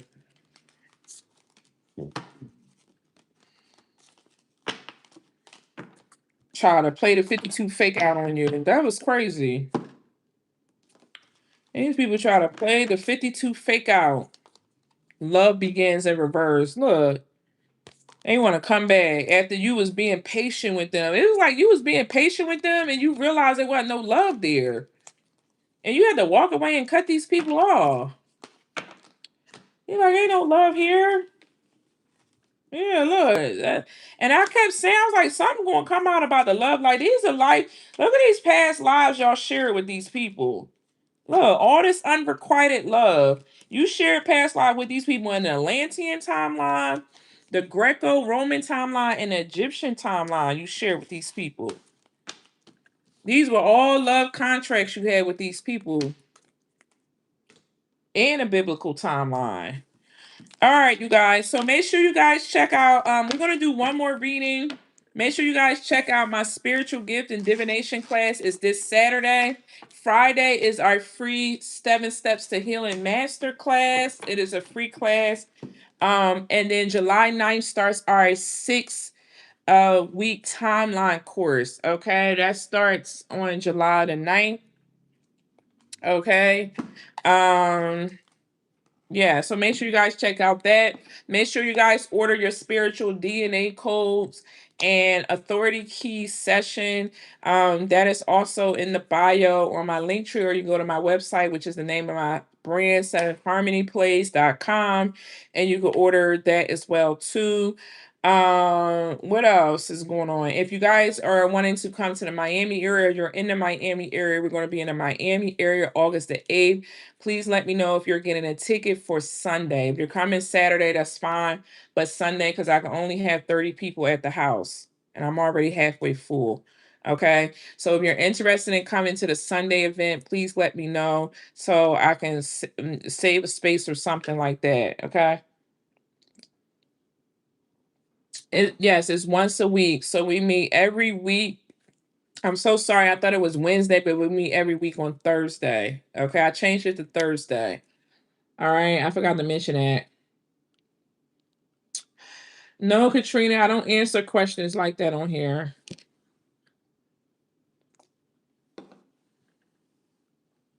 You're welcome. What else? Okay. All right, let's get in another message. That was crazy. I was trying hard to hold back my tears from that, y'all, because I've been through some things. I was trying so hard to hold back my tears. Like, I really was. It hurts. Like, it really hurts when people just do you like that. And people just think it's like nothing. They don't be realizing what they be doing. They don't even care to ask, how did I make you feel like this or anything? Some of y'all could be really learning your self-worth and your self-value around how people treat you around you. Yeah, somebody was trying to do death magic so that you couldn't ascend into something. What's this? Manifestation. You got a manifestation coming in. It keeps coming out. You definitely have some type of manifestation coming in. Okay. I'm hearing my man, my man, my man. Okay. Somebody about to have a man. Where's my son at? He should be here by now. Oh, he probably already come through the door. All right. What's the message for the collective, please? Okay, we got divination. All right. We're having a divination class on Saturday. It's 4 hours. All right. And it comes with a workbook. You got karma. Divination, karma. Somebody here they want you to use your spiritual gifts, a reading, relationship, health concerns, expectation. You got star seed. False at the bottom of the deck. Okay, so you could be a star seed that knows how to read.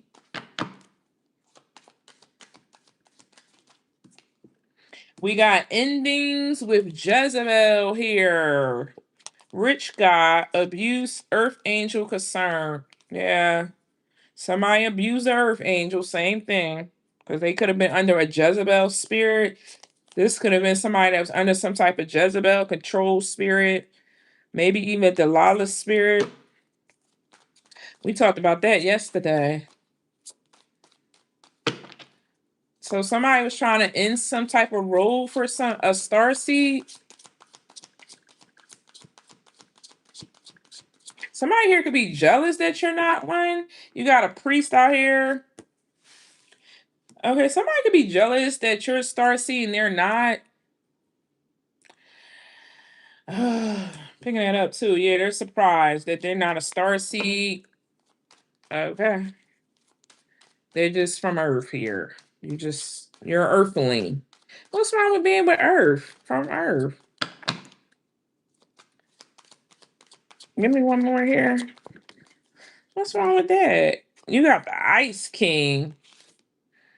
This air sign that just want to do an air sign is doing voodoo on somebody's relationship. Oh, I'm putting this Ice King back.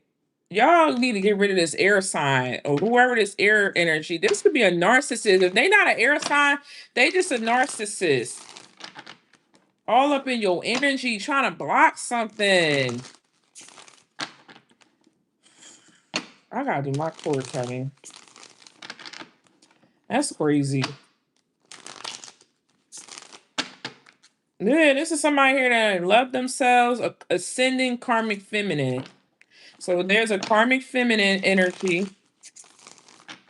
Everybody goes through karmic energy, right? But if you on my live and you have not got your karmic load down, you're acting irate, you're acting crazy, you running around in circles, you're running around in loops. I don't know what to tell you. You're a karmic feminine. That's what I'm gonna tell you. You're a karmic feminine or you're a karmic masculine. You gotta work on getting your karmic load down. Yeah, somebody used entities in their work, or somebody here was calling on entities for their work. All right. I wanted to get that King of Swords up out of there. Please don't let him come out again. This Jezebel energy keep coming out. You got faith. Okay, thank you. So you got a priest here, faith here. I don't know what's the road blockages. All right, what's divination? Chakras. Okay. What is karma? Something could have been significant about somebody's chakras. What's karma? Love spell. What's star seed?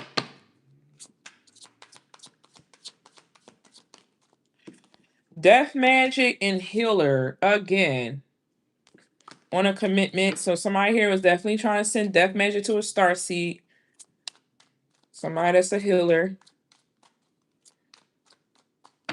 Somebody here could be was doing love spells. Love potion number 9. What's endings? I'm getting a karmic feminine doing love spells on a masculine. What's endings? Wow, blocked by the ancestors.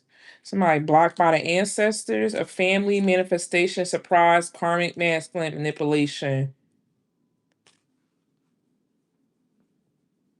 Yikes, man, what is this?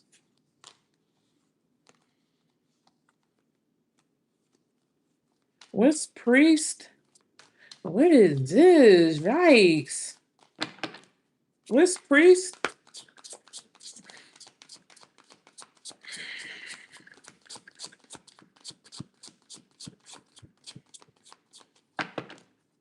What is priest?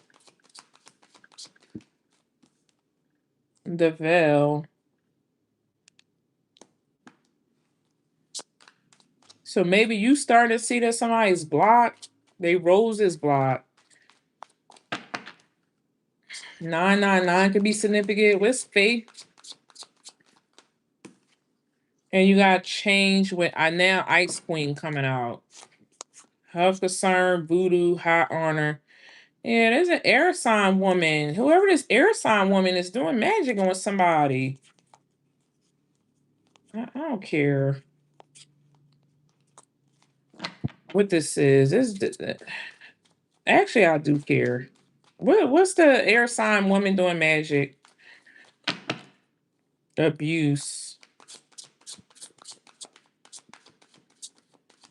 Or an air sign woman is going through some type of magic. Yeah, earth angel and the ancestors. So you could be an air sign feminine that's going through some type of magic.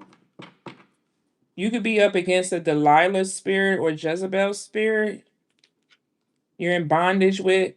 So you could be like, there could be an air sign feminine that's an earth angel, got her ancestors around, but she's fighting some type of Jezebel spirit. Like this sexy, sexual, promiscuous type vibes. That's what needs to change. Okay, that's what needs to change. All right, let's see.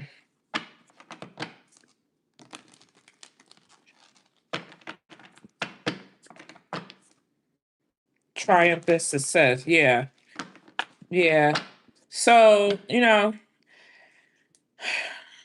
not trying to be rude to anybody or anything like that, but somebody here in a collective, a feminine energy can no longer.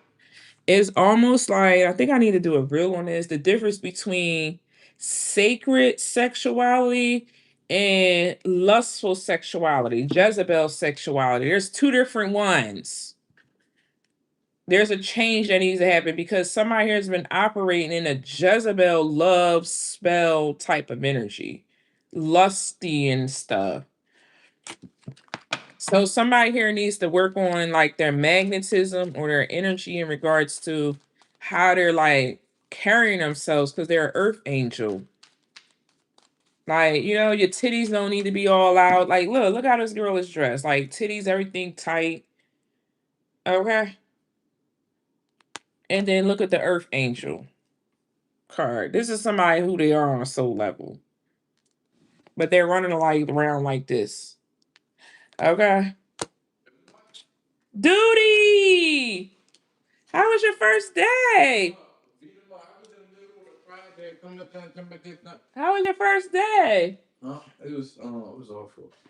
It was awful. You don't like it? No, I do like the property, but man, like the Mondays, the first day Monday, those the busiest days. Oh. Quarter, what you call it? But tomorrow it should be easy because I already. Oh yeah. But it was so hard. How you like the property? It was property nice. Oh, it's nice. Okay, that's my food. It was so hot today. It was hot. Yeah, I don't think Dominic took his fan to go around his neck. Do you want me to get you one? Yeah. Okay, I'll order you one today. Fan had too. Yeah, it's cute too. It's like round like this. It's little, so it don't have to be all big, and it just blows in your face while you working. You see your face. You all right, son? Hey, The heat crazy. But that Texas one thing heat. about the heat, man, it makes the drink taste 6 times better. It makes your drink taste 10 times better. At least you had your shorts on. There was something I was going to tell you. I forgot. What about? Oh. I told you. Dang, I could have went and got something to eat because you was coming. That's my cookie. Why you rip my food open like that? Did I do that? No, just leave it there till I get on live. You on live? Yeah. This whole time you was on live? Yes. Why you don't be telling like that? What you think? You know I don't be sitting here doing no cards if I ain't on live. Do you ever see me doing my cards and I'm not on live? Man, you was on live the whole time. They heard me talk. Yeah, they heard you talk. Y'all heard my son talking? So crazy. Oh, that's what I wanted. Can you go to the mailbox and get my order? Please. My bronzer came in. I'm be looking loud here like a golden dust bucket. Okay, I'm gonna be a golden dust bucket. Okay, and I need water. We need some. Here, tell me I go to the store and get me some water. I need 2 more core waters. This is nice. Yeah, that's how I'm about to be looking with my bronzer on, y'all. Okay, look at that, all bronzed up. Okay. I'm like, ooh, let me try it out. La Brittany, her bronzer is right here if you guys want it. I just ordered it. If Go to the mailbox and get my stuff. Here we go, right here, you guys. If you guys get her bronzer, that's the highlighter bronzer I just ordered. I'm waiting to get it out. Can you go to the mailbox and get it for me? Where's the keys at? Right there. Why y'all keep coming in here and touching my food? Like, that's so rude. I'll see what you got. Why? And putting your hands on it. Your hands don't even. Y'all wash your hands? Yes, man. Like, he busted. Like, look what they did to my bag. Hold on, y'all. Y'all think I'm exaggerating. Look what they did to my bag. Look at my bag. This busted open. He just came here and was like, you know what I'm saying? Then my other son come putting his hands all on my hoagie and my cookie. Like, there's no respect for my hoagie. Closest thing we got to a Philly hoagie. I mean, this crazy.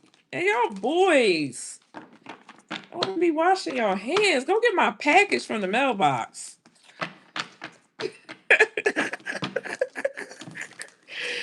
That's crazy, child. All right, let's see. What's this message here about this starseed person?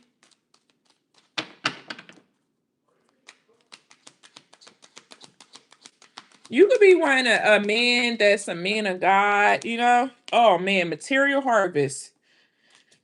9 of Pentacles, Virgo energies. You could be single. And this could be why it could be stressful for you to attract your partner. Because I think somebody was trying to attract 4 of Swords. Virgo, Libra energy. Somebody here is trying to attract a person that's like a man of God, financial material changes. Okay, so so this is about like your level up or something. Well, you can go get some now. You got awareness. Yep. See, awareness. And you got the truth. Yeah, that's what this is about. Somebody here and you got moving on. Oh, somebody here. We're supposed to be working on a Proverbs 31. So I gotta put in there Buddha, Master Buddha, and Proverbs 31. Because I'm gonna do a video on Proverbs 31 for the school. Make sure you guys join the school community. Let me see. What's this? My bronzer, baby. Hold on, I don't want nobody to see my address. My bronzer. It came. Look, you guys. Oh my gosh. I love her stuff. I love her lip gloss too. All right. Look at the beauty creations. All right. And let's see what it look like. Ooh, look at that. You see how pretty that is? Put some more. How I am about to. See if I look. Okay, look, y'all. I got a little bit of this right here, and then I'm gonna put it right here. Look at that. I put it on my cheeks. You can see it on YouTube. Can you guys see it a little bit? Let me see what it look like on my eyelids. Oh, it's pretty on my eyelids.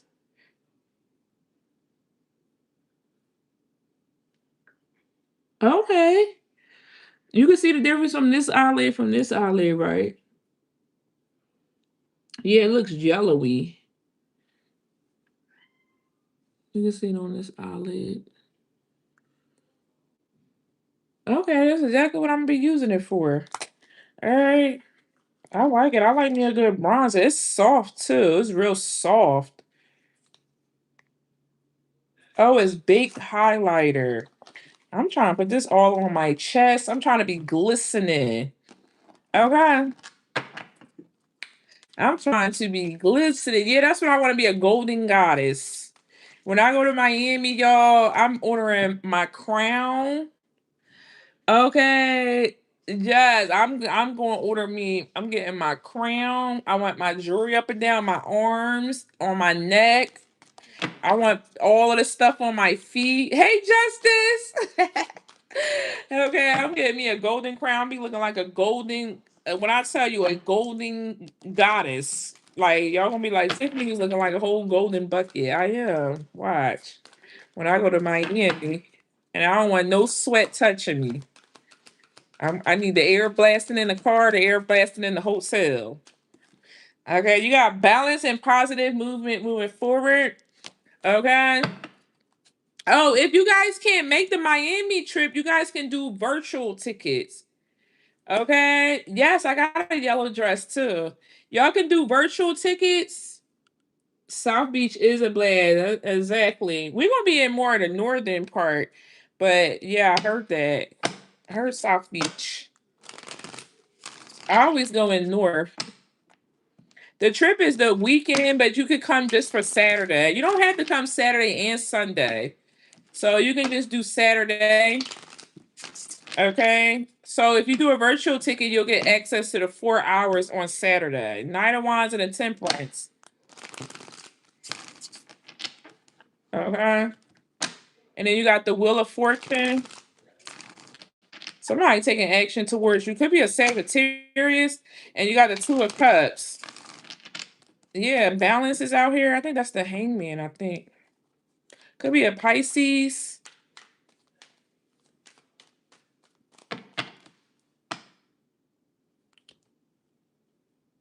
Okay, make sure it cooperate from the sun. Hey, D'Angela. Oh, yeah. Yeah, I didn't even think about that.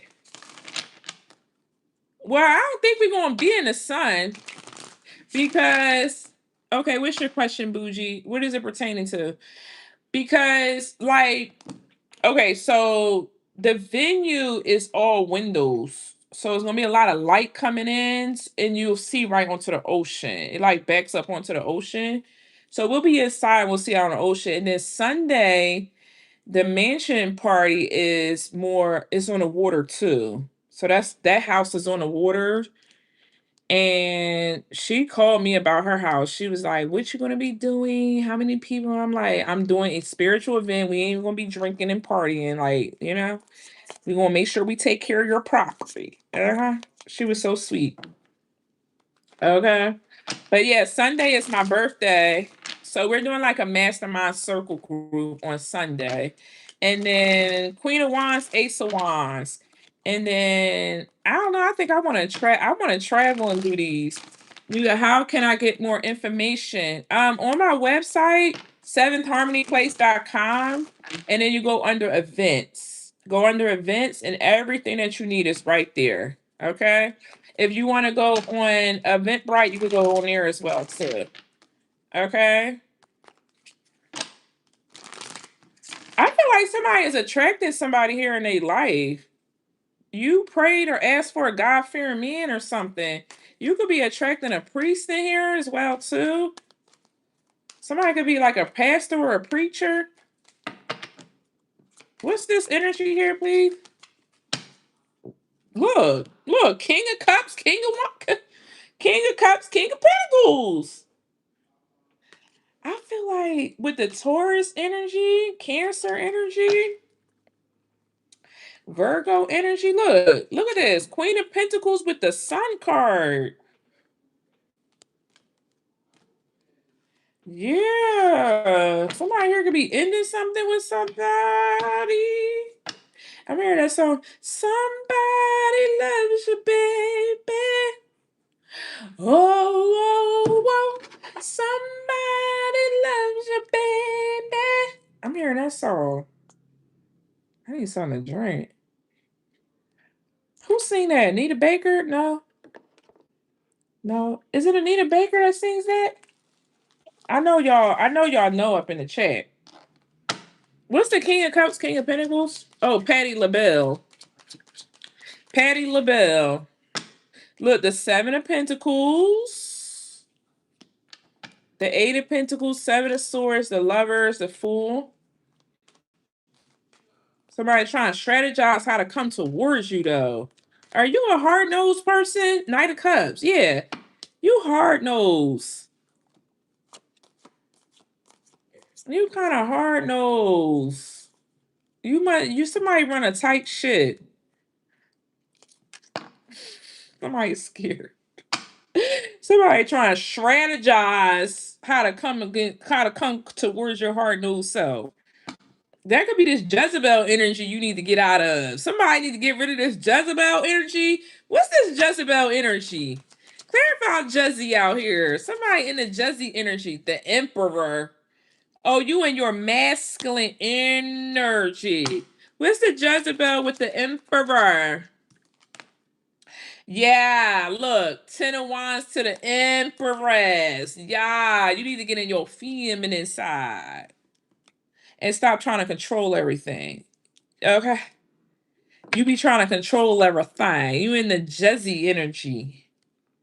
Jezzy be trying to control everything. She want everything how she want it and how she thinks it's supposed to be and what it's supposed to be and all that and da da da da. Jezzy don't know how to go with the flow. Somebody, the Emperor came out. This is somebody that's used to bossing and controlling everything. With the 10 of Wands to the Empress. So you got a wounded feminine energy. You don't know how to be soft and receive and sit back and chill and go with the flow. Yeah. Uh-huh. What's the Jezebel energy with the change? Because it says this is what you need to change. You need to get more into your earth angelic energy. Okay. What's that? Yeah, look, you need to change. 7 of Cups and the Death card. You confused about that? Somebody got Scorpio in their chart. The Queen of Pentacles and the Hierophant and the King of Swords. Yeah, you're going to be somebody's husband and wife. Husband and wife, I'm getting. You're going to be somebody's wife. King of Pentacles, Queen of Pentacles. Yeah, to the Hierophant. Oh, you getting prepared for marriage. Proverbs 31. You could already be an entrepreneur. Somebody's getting prepared for marriage. You're already a business owner or something. What's this here? That's what they got to work on. What's the Death card? You can have Scorpio in your chart somewhere. Judgment. I can't make it up. You're under judgment for this Jezzy spirit. Show me the Jezzy spirit again on judgment and death. Somebody could be a Scorpio. Trying to control everything. The Ace of Swords and the Knight of Wands. Oh, my Lord. Yeah, this is something you need to heal. Some of y'all was even controlling with sex. You was like, you ain't getting none because you don't deserve none. Y'all was controlling in the bedroom. Something wrong with y'all. Seriously. What is this? What was y'all controlling in the bedroom? Y'all was holding sex as leverage or something? I know I don't do that. This ain't gonna resonate with everybody. Cause I still want some. I don't care if we mad at each other or not. I ain't holding back nothing. My man pissed me off. I'm still gonna give it up. That's my man. Unless we breaking up. unless we breaking up and I'm cutting complete access off of you. I'm not gonna cut access off of you because I don't know, because I feel like what, you didn't scrub the dishes hard enough, or you ain't take me on a date this week or something. I don't know, something stupid. Page of Cups. Page of Cups to the Five of Wands to the Nine of Wands to the Star and the Knight of Wands. Some of y'all may do this in your relationships. Y'all use sex as like a leverage or something. Or you feel like, giving them some cookie or something. A Knight of Wands and a Star is like a privilege. Y'all funny. Oh,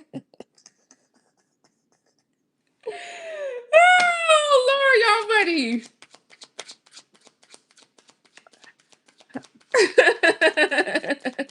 It ain't a privilege. I don't know. Newsflash, look. Y'all be holding it. Look, Four of Pentacles. Stingy with the stingy. Queen of Cups, Ten of Pentacles, Four of Wands, Six of Pentacles. Equal give and exchange. It's equal give and exchange. That's why the one thing for sure and two things for certain, I'm going to manifest me somebody that we going to be sexually compatible with. Four of Wands and a Six of Pentacles. If it ain't Four of Wands and a Six of Pentacles, and if it ain't equal give and take, I don't want it. It got to be equal. Because you getting something, I'm getting something. That's the end of that energy right there. That's what it is. It's giving and receiving. So some of y'all may don't know how to receive here because y'all always trying to control something. Somebody here could have a hard time receiving love or good partners in their life because they're always trying to control something, so they can't receive something. And it may not be like sexual. It can just be anything. Like maybe you won't reach out or call or text or something, or it's something you're not giving because you hold it as like what's the word to call it for? What you call that? I don't know. You keep a score sheet or something. Like somebody holds back or something, or I don't know, something like that. I don't even, yeah, weaponize. There you go, girlfriend. Weaponize. Somebody weaponizes their energy. Wow, that's it. What's the Four of Pentacles?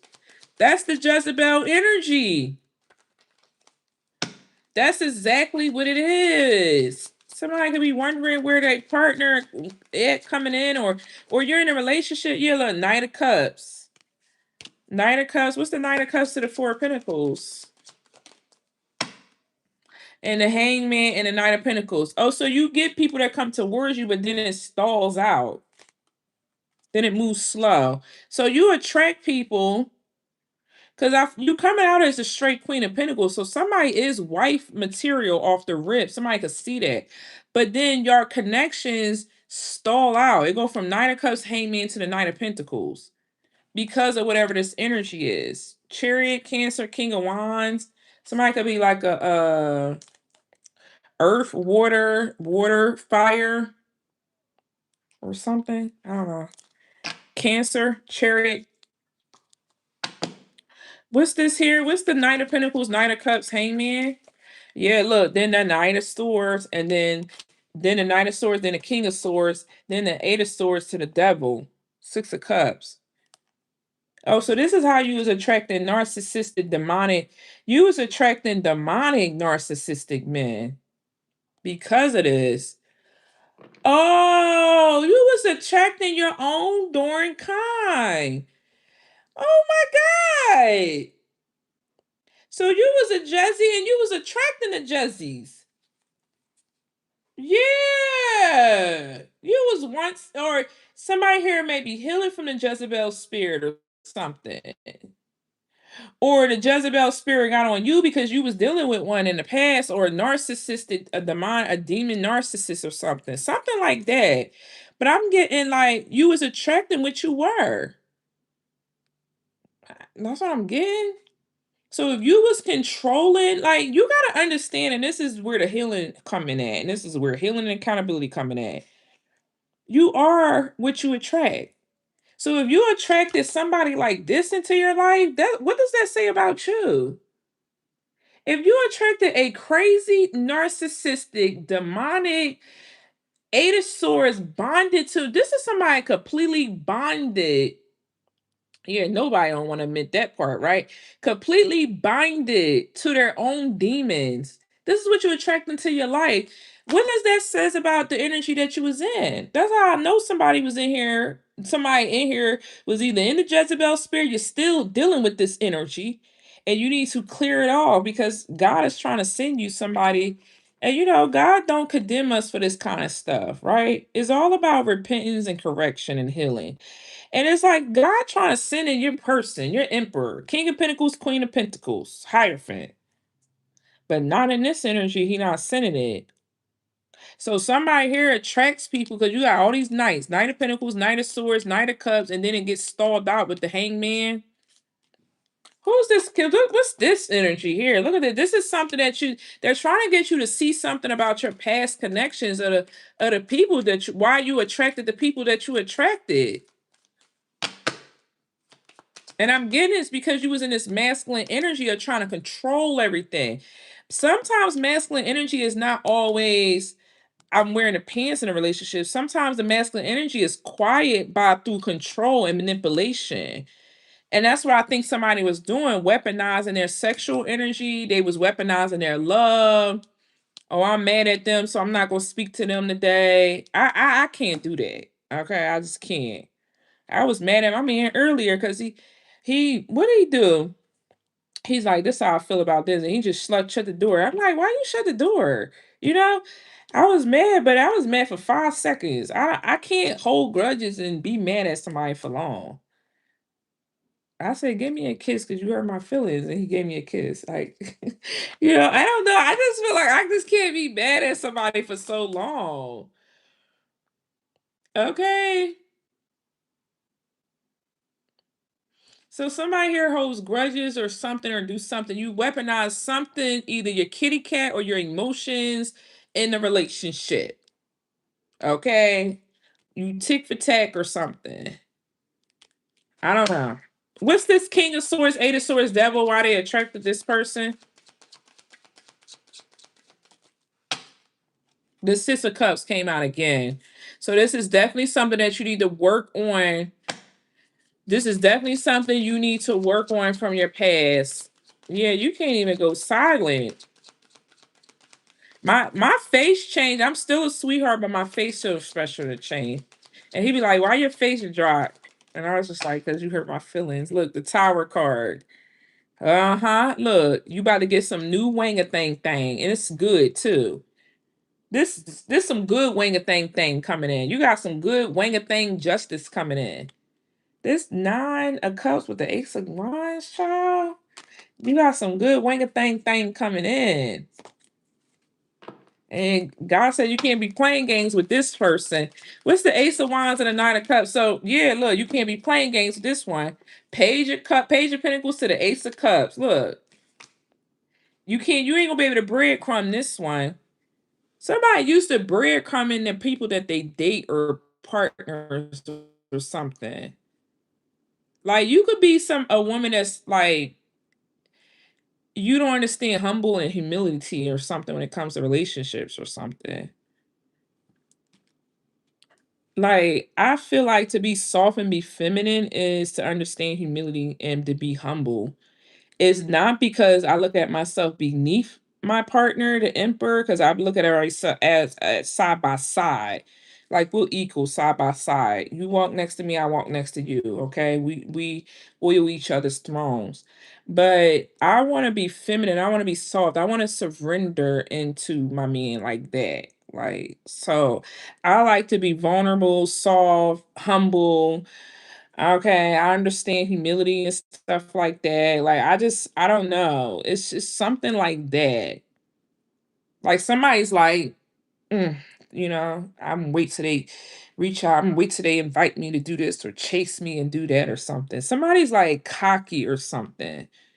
But you got something good coming in. And God said you gotta correct that, honey. It gotta be some course correction here. Cause somebody got some good coming in. This could be like this could be a good like eater. Okay, Nine of Cups. Hopefully, y'all ain't hearing me say that, but that's just the vibe. My mouth is watering. That's what I'm picking up. Somebody's like a good eater too, like the Ace of Cups with the Nine of Cups. With the Ace of Wands. What's the Nine of Cups to the Ace of Wands, child? Ooh, child. Don't get me. Oh, the King of Wands. That's what I'm saying. Oh, Lord.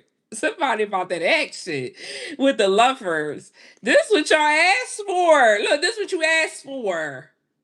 Don't come in here getting all sassy with me. This is what y'all asked for. Somebody asked for this. You asked for somebody with charisma, passion, drive. This what you wanted. What's the King of Wands, Nine of Cups, and the Ace of Wands?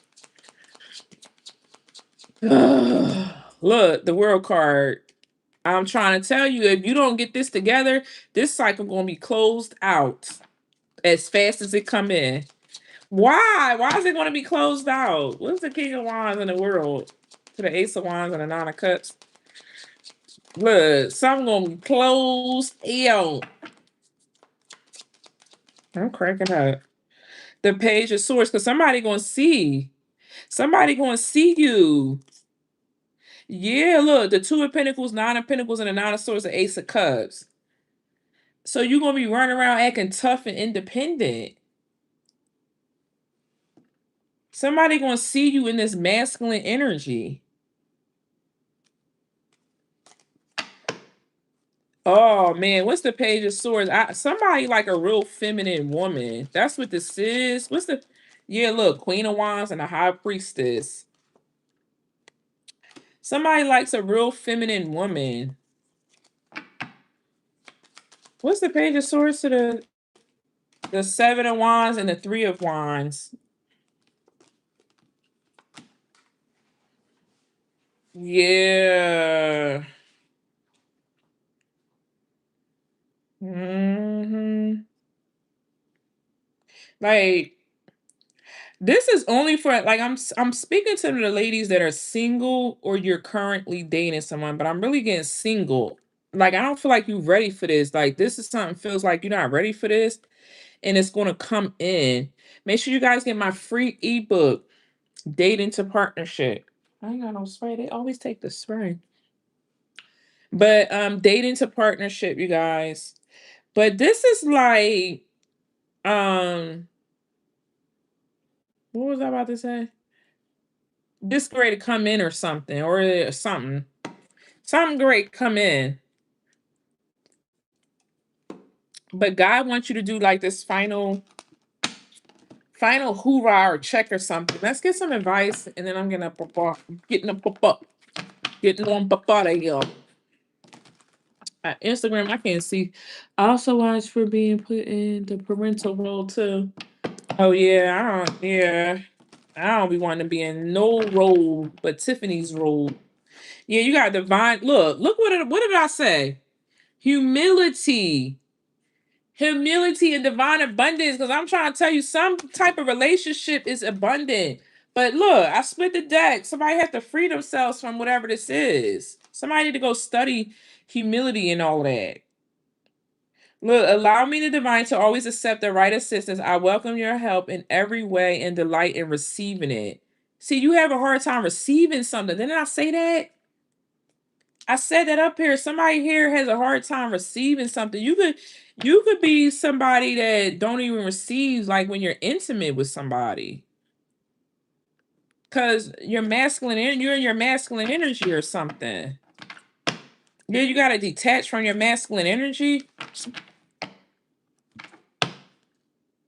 Yeah, you gotta let something go and detach from something. And I'm getting like it's your ego or something. Or this Jezebel spirit. Yeah, because you got divine love coming in. Somebody here need to get rid of that Jezzy spirit. I got a prayer on my website for Jezebel spirit. All right, so everybody say that Jezebel spirit prayer tonight. Let's cast her on up out of here. She got to go. You ain't gonna be blocking no, yeah, take the right action. You ain't gonna be blocking no divine love and union over here. You got to go, Jezzy. We rebuke you in the name of Jesus. We rebuke you. Yeah, look, change again. Change again. Change worth and invite help. I'm trying to tell you.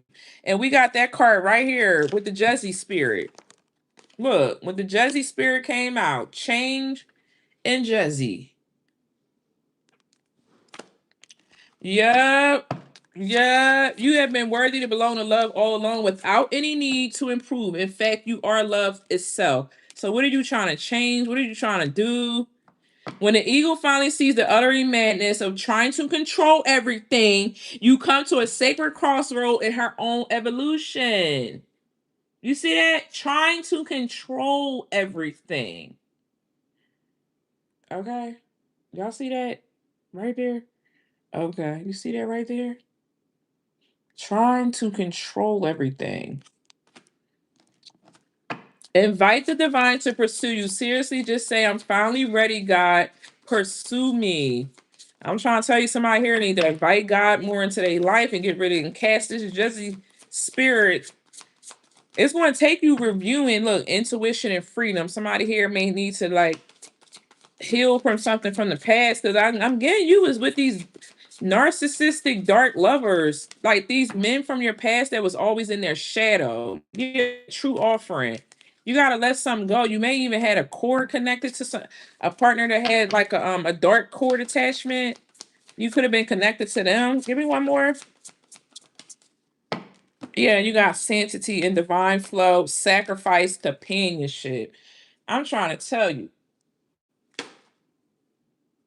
watch your ass. What the hell did you think you was doing up in here? Popped his ass. Okay. I ain't need no spray. I want to play with bugs. Through offering, even the most mundane problem could be a sacrament. Sorry, y'all. I popped them. Pop that it. Pop that. All right. All right. So everybody got that? Do I need to put that on my blog?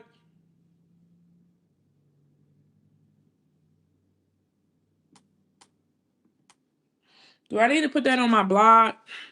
Yeah, being nosy. That's why I popped them. Yeah, I can with flying things. I get so focused. I go poof, and they just drop. I could literally catch them like in flying in air. I do not like flying things. Like, don't be playing with me. Only flying things I like is butterflies. I like bees, butterflies, and that's it. I love them. They can fly around me all day long. My phone about to die over here. Let me put this over here. That's it. Oh, and dragonflies. I seen one of them the other day. They are pretty. I seen a beautiful like yellow orange butterfly the other day. I must need to wear yellow for my event because I keep seeing yellow and orange colors. Maybe that's the color I gotta wear. I'm excited for you guys to come in Miami. I'm so excited. I can't stand them flying, monitoring things. I know. I love butterflies though. Because when I be outside meditating, y'all under the sun, they just come around me. They be like, they be playing like this. It'd be like two of them, and they just go, and I'm like, oh my god, I'd be so hyped. So yeah, I love that for me. Yeah. Cancer season is here. Are we in Cancer season? Shout out to all my Cancers. Happy birthday to all my beautiful Cancers. And y'all season coming is here. We right up after that joint. Leo season is next. Gang, gang. All right. All right. I want to answer a few spiritual questions if you guys have any before I get on up out of here. All right. That was a long live, but I'm not even tired. I'm not tired, Archangel Michael. I cut all energetic cords and portals, close all energetic portals and ties that was left open after this reading.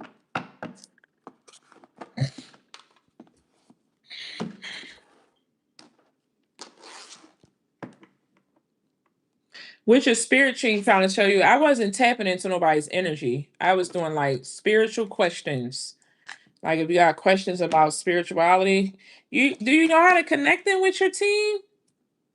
Do y'all know how to connect with your team so y'all can get the answers that y'all need to get? Okay, some of y'all know how to. This week is our graduation. Y'all don't know how to tap into y'all spiritual team and y'all watching tarot. What the hell? Why y'all watching tarot when y'all don't know how to tap into y'all spiritual team? You even gotta meditate and pray. Yeah, you gotta do that because that's how you build a relationship with them. But what the hell?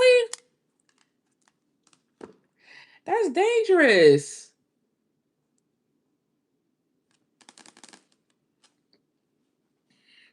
Y'all know how dangerous that is? You should really pull your energy back from tarot until you learn how to make sure that the mess, because you could be watching messages and they're not for you. And the people, so here's the thing why it's dangerous to watch readings without connecting or having a connection with your spiritual team. The reason is because the reader can be a dark reader, light reader, things of that sort. And if you're not careful, your energy can be impressionable where it will actually affect your energy. I've watched readings in the very past, like in the past, a long time ago, and they affected my heart chakra. They left me in anxiety. They disrupted my nervous system. So you got to make sure, like when you're watching messages that you're watching, including me, I don't care, right? You got to make sure you're watching messages that is in alignment with your soul's message. Like each reader you watch has alignment with your soul's mission and calling. I have like people who are assigned to me for like ascension work. Like you're meant to come to me, get ascension work, and then go on about your business. You see what I'm saying? So that's like you got to be very careful. That's called spiritual hygiene, spiritual access and hygiene. So when you're like doing that, you got to be careful. There's a lot of karmic readers. There's a lot of readers that are, they gifted, but just because you gifted don't mean you don't have karmic timelines and shadow timelines that you dealing with. Some of them be reading their own energy. So you got to be careful. That's one thing. The second thing on how to connect with your spiritual team, and this is how I do it and what I do. So when I connect with my spiritual team, and there's always levels to it. Okay, there's always levels to it. So when you literally are just starting out, you can work with your ancestors at first. Now, I don't do altar work. Okay, I stopped doing that probably 2, 3 years ago. Okay, because altar work is literally something, if you're not careful, you're opening up energetic portals into your home. And you can be causing a world of chaos. I've literally had a client that I had to help her remove 3 hag spirits out of her home. So you got to be very careful when you're doing altar work. Okay, because they open up portals too, just like tarot is portals. So you want to work with your ancestors at first, okay? Then you're going to level up.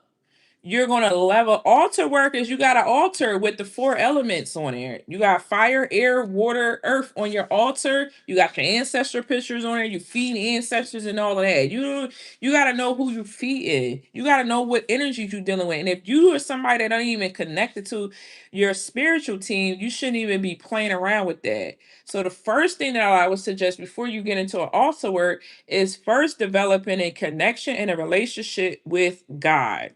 You need to reestablish yourself, re anchor yourself into the kingdom of God. Because once you're anchored and you're established in the kingdom of God is going to make sure that He sends the right spiritual team and spirits and angels to actually help you. After you say you re anchored, and because you go through a whole bunch of like repentance and all of that stuff like that, and you come to the throne, you re anchor yourself. Then after that, now you can start connecting to the spiritual team that God has sent for you. And how you can do that is I start off with by a tree. I know it sounds crazy, but get familiar with a tree. Okay, that's why when the trees card comes out on this deck, let me see if it comes out. That to me represents the ancestors to me because every time this card comes out, I have a tree that I go outside and I connect with my spiritual team because one thing for certain, two things for sure, right? You're not gonna mess with Mother Gaia. You're not gonna mess with Mother Nature. The trees are strong. They're very, very powerful, and they're very healing. Nature is very powerful and healing because it's one of the elements. And so there's five different elements, right? You have air, earth, water, fire, and you have spirit. So connect with the tree first before you start getting into altar work. I would do my work with God first, get a relationship with God, feel what God frequency feels like, feel what it feels like when God's speaking to you and telling you something and guiding you. Get that relationship down pat first. Then after that, then you're going to go into your ancestry through the nature outside. Okay. After you do that, then you can say, okay, now I'm starting to feel a spiritual connection. Now, spirits, they are, let me tell you how spirits work, because people get them confused between the difference between a mimic spirit, a negative spirit, a parasitic spirit, and an ancestral spirit, okay, or angel spirit. Divine spirits from high frequency and high vibrations is not going to tell you nothing stupid. Okay. They're not going to tell you, this is what I've learned through my years. They're not going to tell you to really leave somebody. They're not going to do that. If they tell you to leave somebody, they're telling you a lie, because that means that they are intervening in a karmic lesson or a divine connection. Let's say if you meet your divine counterpart and you think that a reader told you to walk away from somebody or leave somebody. And let's say if they're your divine counterpart, how in the world are you, so you're not ready to actually walk away from it yet? You see what I'm saying? You're not ready actually to integrate the lesson and walk away from it. So that's how I know right off the bat it's probably a mimic or a negative spirit that wants to break up divine union. You got to understand the enemy wants to come in and cause confusion and chaos. You see what I'm saying? So that's the thing in that sense, right? If it's a karmic, right, they still ain't going to tell you to leave a karma. They're going to tell you either judgment's going to come out, the world's going to come out, like lesson is learned. Okay. They might redirect you. Exactly. They might redirect you. Exactly. But they don't never tell you to leave nothing. Like they don't work in it. That's like that's injecting in somebody's free will. You see what I'm saying? So that's how you know the spirit is not right, or the person of the spirit is not right when they tell you that. You know what I'm saying? It's usually like when I do readings, I say, okay, this is a karmic lesson. This is what you need to be learning from this person. I don't never tell nobody, especially if somebody married. I'm not really telling nobody to like, oh, you need to leave, you need to go. Because you may not be ready for the lesson to end. Like you may be still integrating the lesson. There may be still things that you need to see throughout the lesson. So that's how you're going to know what type of spirit when you test in the spirit of that energy. Okay. That's the difference between that. Mimic spirits is going to mimic the energies of other people around them and things of that sort. Divine spirits, angels, ancestors, they speak with guidance, clarity, and truth. They don't give you too much. Y'all be wanting them to give y'all rolls of text messages like you sending to your best friend. They don't talk to you like that. They step back, they lean in when they need you, and you're like, okay, I need you to give me a little guidance here. And then they say what they piece and say what they need to say, and they move on. Sometimes you'll make a decision. It's like, it's almost like you'll make a decision and then you'll go to them. You'll be like, okay, I want to see if this is something that I should stop, like my business. I want to see if my business is something I stop. You go to them, they be like, yeah, if you feel like you're done with this business and you want to bring it to a cycle, go ahead and stop the business and start something new. We're supporting you. That's how your spiritual team going to talk to you. They're like, okay, yeah, we support you. It's always going to be we support you in whatever decision that you made. Remember, you're in control of your own life. You're in control of your own timelines, your own free will. So they're just supporting you in basically the decisions that you're making. And so that's why sometimes you'll be like, well, my spirit team, I thought they told me to do this and do that. Yeah, it'd be short messages. And then you be like, I don't understand how my spirit team got me here. And yo, no, no, no. They don't blame that on them. You took your free will and you did that. You did that. You see what I'm saying? So that's why that's how they like kind of work. I don't know. They don't do a whole lot like we think that they do. Now, Archangel Metatron does with me because, I'm governing contracts and I'm a grid worker and I'm doing timeline work and all of that stuff. It's because it's the amount of level of work that I'm handled with, right? So he's around me a lot and he's more of like because Gabriel is kind of a no nonsense angel. So is Metatron. Archangel Metatron is literally like a no nonsense angel because he don't play that when it comes to structure. Like if you're not structured, if you don't have your things in alignment and order, he don't play that. He's very strict about that. So he'll pull back or he'll kind of stall things or slow things down. He will literally slow things down until you get course corrected and see things. They're only going to give you, it's like we be wanting them to give us more, God to give us more, but God is literally only going to give you more or hand you more when you start to see the error of your ways and recourse correct. They'll be like, okay, keep a rolling then. That's how I work. Yeah, they're like a therapist. Exactly. The therapist ain't gonna say nothing. She gonna sit there and listen to you. Well, how did that make you feel? That's exactly how they are. Yeah, that's exactly how they are. And so, yeah, so like when I talk to people, I don't like to come off like that. I like to just come off as this is the clarity of the situation, this is the advice, this is the guidance, and that's it. Okay. You choose to do what you want to do with it. It's your free will. So that's how you connect with your team. Now, after you done establish your tree, and then depending on if your clears are active, if your clears and your spiritual gifts are active, then you're going to go into actually connecting with them on a daily basis sometimes. Okay, daily basis. Now, when spirits come to you and they work with you, you're going to feel chills. You're going to feel your nervous system go into like this teary feeling, this emotional feeling. You're either going to feel emotions. They don't really operate in the mental space of existence. The mental plane of existence, you guys, is for you to create and manifest. So when your mental existence is not clear to manifest, you can't manifest. That's only for you to manifest in the mental existence, okay? You have to understand that's what that space is for. So if you're hearing thoughts and things of that sort in your mental, that is usually a sign of a parasite or a something sitting in your aura giving you those thoughts. That's not healthy. Okay. Spirits work through the emotional body and they work through like your chakras. You're going to feel chills across your chest, sometimes chills across your head, and you're just going to feel like their presence is going to feel warm. Any other energies like that, if you're getting mental crazy thoughts or coldness or stillness, those are usually negative spirits and energies that's bothering you.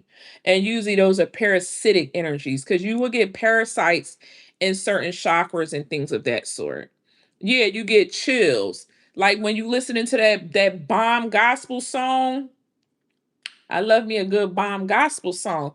You're gonna get chills. You get chills in your arms. See, I get them across like my back and chest. Okay, warmth of your spine. I've never felt them up my spine before. Yeah, and you shouldn't be getting tingles like in your cootie cat area. You shouldn't be getting them across that. So you're getting it in your scalp. So if you're getting them in your spine, that's your root chakra. You're getting them in your scalp, that's your crown chakra. I get them across my heart. Okay, all of that. You feel tingles across your back. Yeah. So the back is your high heart chakra and your root chakra. Okay. So that's where that energy is. So that's how it works when you're working. And this lady over here said something about Christ and she said only Jesus, the living water, can satisfy the thirsty soul. So what you're saying, sister, um, I don't know about the neck. That sound like the throat chakra. That's the throat chakra. Yeah, the throat chakra. What you're saying is that that what that is called is a Christ frequency. That is called a Christ frequency. Christ frequency sits in the higher heart chakra, sometimes in the heart, but mainly in the higher heart chakra. Okay. When you're working with the Christ frequency, you're going to feel it. Oh my God. I remember feeling like that Christ energy. Like it feels so, like when I tell you, when you tap into Christ frequency and the energy of that, because I work with my angels, I work with God, I'm always working with Metatron and Michael, right? But when yeah, it's like a different level of like joy. Like when you feel like Christ's heart and his energy and that frequency, you like, it just take you like that. You're like, oh my God. And that's why a lot of religious people and Christian people, they be really acting like they tapped about that life and they tapped in about that life, but y'all don't even know anything about the feeling of the frequency of that energy. It's way different than a gospel song. It's way different than chills coming through your body because you feeling the Holy Spirit. When you really tap into Christ's energy and that frequency of him, it's the most healing bomb, liquid bomb energy on your heart than like nobody else's business. I don't even know what to even tell you. It's undescribable. Yeah, look, we said it at the same time. It's indescribable. It is abundant oasis. It is. It's indescribable. Like I'm telling you, it feels like I don't know. It just feels like a overwhelming sensation. Like I'm almost starting to feel it a little bit now. It feels like an overwhelming sensation of immense amount of love. Like this is what love is supposed to feel like. Yeah, it's crazy. I'm like, it's way beyond chills. Like I'm feeling chills right now. There's an energy right here, and I'm feeling something in my heart now. It's unbelievable. It's so unbelievable. I don't know. And again, I've been Christian all my entire life. I did not feel that energy until like probably within the last year of my journey. The last year of my journey, I was like, wow, just amazing. Christ energy is something that his frequency is just out of this world. So, yeah, so that's something that you also, and again, he sits in the high heart energy, the high heart and the the regular heart chakra and the high heart chakra. Okay. All right. Any other questions before we get on up out of here? Okay. I love talking to you guys about spirituality. Okay.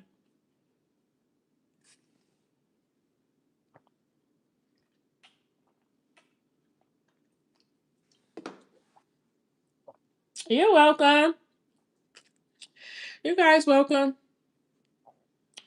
Mm, mm, mm, mm, mm, mm, mm, mm. There is a song that's called The Goodness of God. It's amazing. Oh, I'm gonna listen to it. Let me write it down. The Goodness of God. And see, one of my soul's purpose. I'm just gonna talk about this real quick before I get out of here. How do you feel your counterpart's energy? Okay, I'm gonna tell you that in 1 second. One of my soul's purpose was to actually bridge religion and spirituality. Okay, it is really possible for us to coexist in this earth plane, to really value each other's perspectives and point of views, right? But when you understand how spiritual world works with the biblical world, which is what what consists religion to me is a 3D man-made thing, right? It is something that was created. Like when you think about the Bible is literally something that was written by a lot of people, and the Bible has been distorted and tampered with over many, many, many years. But the Bible is also old, just like the Constitution of this, and the laws in the Constitution that's been written in this country of USA. Those are all old. Those were built on a patriarchal system, right? They wasn't really meant to outlast or serve the new system that we're actually going in, the new energy and frequency that we're actually going in. So I was here to create, to actually restore those biblical laws and actually combine the spiritual world with the biblical world.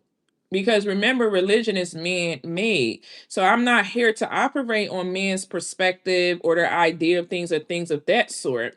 So the Bible is something that we have to all understand that yes, the Bible serves its purpose and it created a foundation for me, but it's also something that we were programmed to believe as well too. And when you go through series of initiations and tests by the kingdom of darkness, right, it brings you back to a point where it's like, okay, now I understand why I had to go through all of this.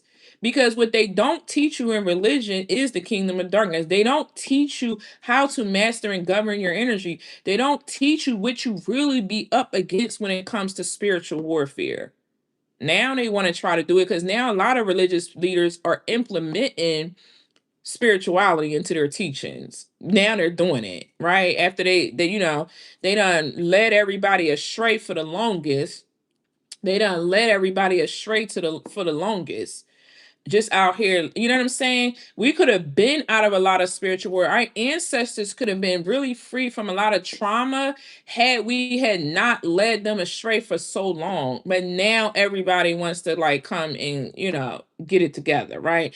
But anyway, what I say to say that is that you can literally be both. You can literally be both. There's nothing wrong with being biblical and also spiritual. Okay, they have to work together. Now, I teach biblical, spiritual, and energy because you need to test and you need to understand all of them, not just one. And so I don't subscribe to anything. And so I be trying to ask people, where does it says in the kingdom of God that you need to subscribe to a religion in order to access heaven, which has heaven is within us, right? Where does it say that at? You see what I'm saying? So you can argue all day and night about it, but at the end of the day, God has the final say so. God has the final say so, not no pastor, not no Bible, not no man, not none of that. God has the final say so. His throne operates in judicial laws, his throne operates in structure, his throne operates in order. It does not operate in confusion, it does not operate in chaos, it does not operate in we arguing and battling back and forth with this religion and that religion and what this say and what this mean and what that mean. Where that's not from God. That's not how God operates. God is a sovereign God. God is a graceful God. God is a God who literally loves us so much that he gives us the free will to really choose. But yet we take our choice and our free will and we argue with it and we go against each other. And then now we're divided and now we're in chaos. Now we're in confusion. It's like, no. That's not that ain't that to me that don't represent God. So I am a person who has literally been through a lot and seen a lot and have been initiated through a lot. You see what I'm saying? And so I know where I stand at. You see what I'm saying? So when it comes to my soul's mission and purpose, I understand what my teachings are, and I understand that a lot of people don't understand my teachings. They don't understand it. They don't know why I be talking about this spirit and the warlock and this person and that energy and this and how you can conquer it. And a lot of people don't even understand their own spiritual wealth vault.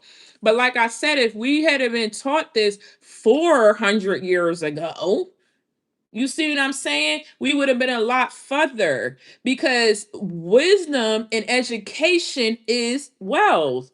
Had we would have known, a lot of our grandmothers, grandfathers did not know. They had no ability or knowledge to understand healing of their energy, trauma of their energy, how to really build something from a foundation that's rooted in the kingdom of God. They had no idea of that. It was obey your master. Honor thy mother and father. But our mother and father is abusing us, neglecting us, abandoning us, sexually abusing and manipulating us, emotionally manipulating us. You see what I'm saying? Not knowing that the mother and the father is sometimes the actual karmic energy that we have to learn how to learn a lesson from our mother and our father. These are things that was not taught to us. They taught us to honor that. They taught us to honor our trauma. But then you also have things in the Bible that says how to actually build spiritual wealth. Deuteronomy 8:18. How do you really truly build wealth when it comes to the kingdom of God? They don't teach us that either. And this is why a lot of the community is losing their community. I'm not even going to say followers because I don't subscribe to that word, but they're losing their community because people are still wandering, lost, and have no clue what they're supposed to be actually doing on a spiritual level. But yet, you want to tell me what's in the. I got 4 Bibles in here. You want to tell me what's in the Bible? I understand what's in the Bible. I understand. I understand. If people really broke down the first book of Genesis and how God created and what God's promise was to us and what He had promised us, which is inheritance, and how to establish that inheritance and how to keep that inheritance and how to foundate our lives in spiritual inheritance and wealth, we would be a lot further than where we are now. And that's what they're not teaching. So yes, my teachings are a little different because I do teach from all of that. You will have Bible study in my class. You will be learning about energy in my class. You will be learning about the kingdom of darkness because in order to know what you're up against in spiritual warfare, you have to study the enemy just like the enemy studies you. But they teach you in church not to focus on the enemy. But the enemy is the ones that study us each and every single day. You got to know when the enemy is right there trailing, trying to break something up, trying to cause some type of confusion. You have to discern and understand what that looks like and what that is. They don't teach you that in the church either.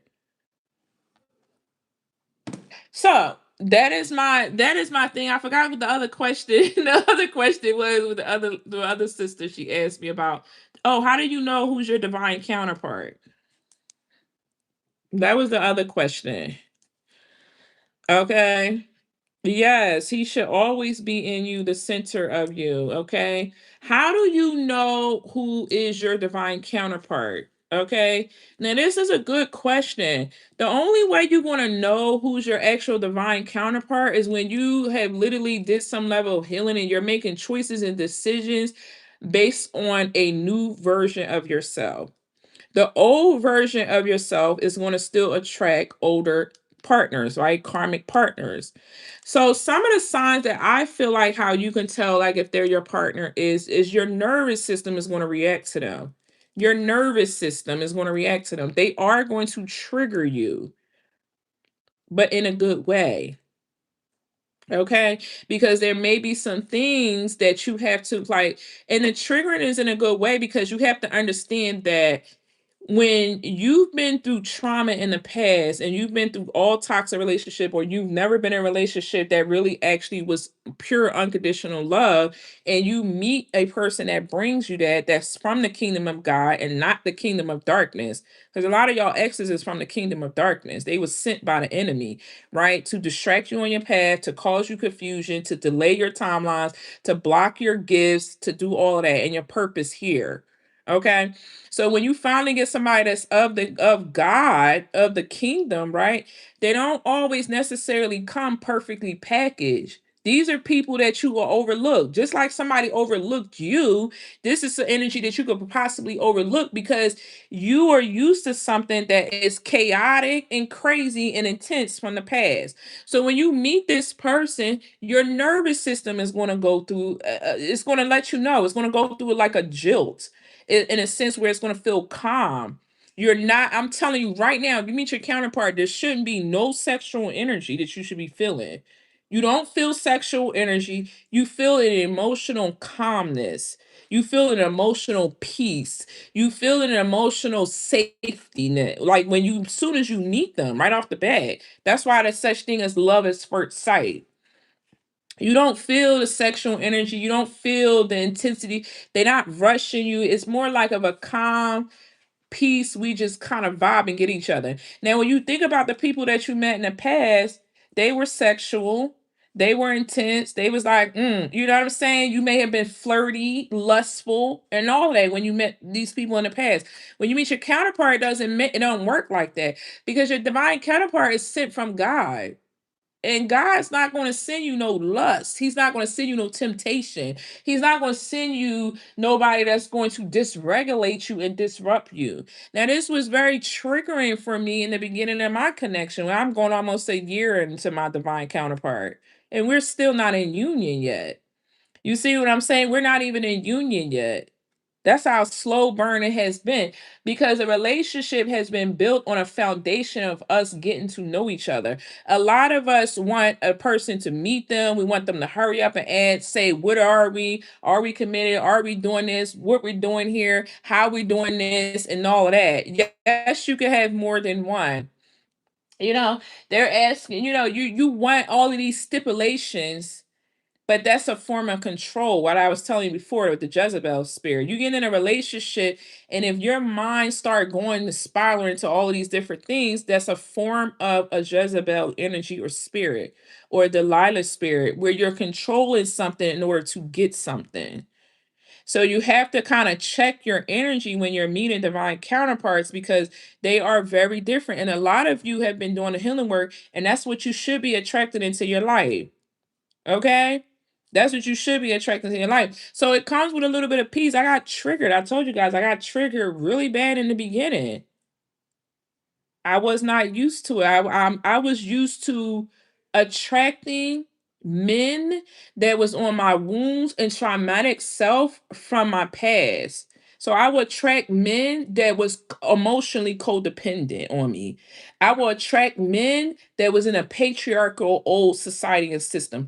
I would attract men that became envious and jealous of my throne and my oil. I wasn't used to somebody attracting somebody that's independent but also interdependent. This means interdependent, meaning he knows when to, he knows when to say he need help, but he's very independent. He know how to wash his own clothes, cook his own food, and do his own thing. He doesn't look for a woman to sustain him. You see what I'm saying? And I was dealing with men that was looking for women to sustain them, help them with their business and help them with their household and help them with this and help them with that, right? And so I wasn't used to that. That triggered me. I wasn't used to somebody that was very confident and okay with losing me. So that was another thing. I'm used to pulling my energy again, like I was telling y'all before with the games and all of that. I'll pull my energy back. I'm thinking they going to chase me. I wasn't used to somebody was saying, well, okay, I'm not going to chase her. Okay. You see what I'm saying? But God kept telling me every time who this actual person was to me. You know what I'm saying? So I wasn't used to that. So I got triggered a lot in the beginning because I didn't never experience any type of like healthy, peaceful type of love. Like this man brings me nothing but peace. He doesn't bring me no chaos, no confusion. He's not perfect, right? But I'm not perfect either. But it's just the amount of he's damn near there, okay? It's just the amount of level of stability and groundedness that I get. He doesn't get intimidated by what I do. He's very supportive. He's very easy to talk to. So it's just like when you meet somebody, it should be peace and it should be love from not performance. You know, I got him something for Father's Day. He was like, I told you not to give me nothing for Father's Day. And I'm like, okay, well, what you want for your birthday? I told you not to give me nothing for my birthday. So he's like, well, what's going to happen if you don't get me nothing? I said, nothing. I said, it ain't like you're going to leave me. It's not like you're going to do anything or whatever like that. He said, exactly. He said, I'm still going to be alive. We're going to still carry on. You don't have to do anything. And that's again is something that I'm not like used to. Like when you're used to performative love, over giving, having to prove your love, because that is again a mother wound, a traumatic wound where our mothers made us feel like oh, to get this man, you gotta cook and clean. To get this, you gotta do this and you gotta do that. You see what I'm saying? So that was something again. It was triggering in the you're going to your wounds are going to get triggered, but they're not going to be a toxic trigger when we cussing each other, fighting, you cheating, lying, playing all these games behind my back and all of that. No. And I couldn't even see that in my like physical. I couldn't even see that this person was loving me in his own way, literally in right in front of my eyes. Like he was literally like I just couldn't see it. You mean to tell me like this man literally, and I still don't know if he understand it, but I understand it.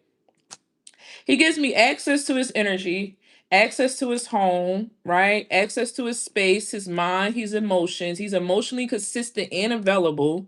If he texts, if I call, he's right there. We don't play those games back and forth. You know what I'm saying? Like we're usually very responsive to each other, and we're very consistent with each other. He knows my standards. He meets those standards. I couldn't even see that. I'm thinking long term. I'm thinking like, well, is this going to crumble? Is the enemy going to come in and destroy this? Is we going to make it to a union? Is we going to make it to a commitment? I'm all thinking about that, but not focusing on the fact that I actually need to take my time and get to know somebody, learn this person, learn how does he like to receive love, not just like how I have to receive love. So it's a process when you meet your counterpart. And you do have more than one.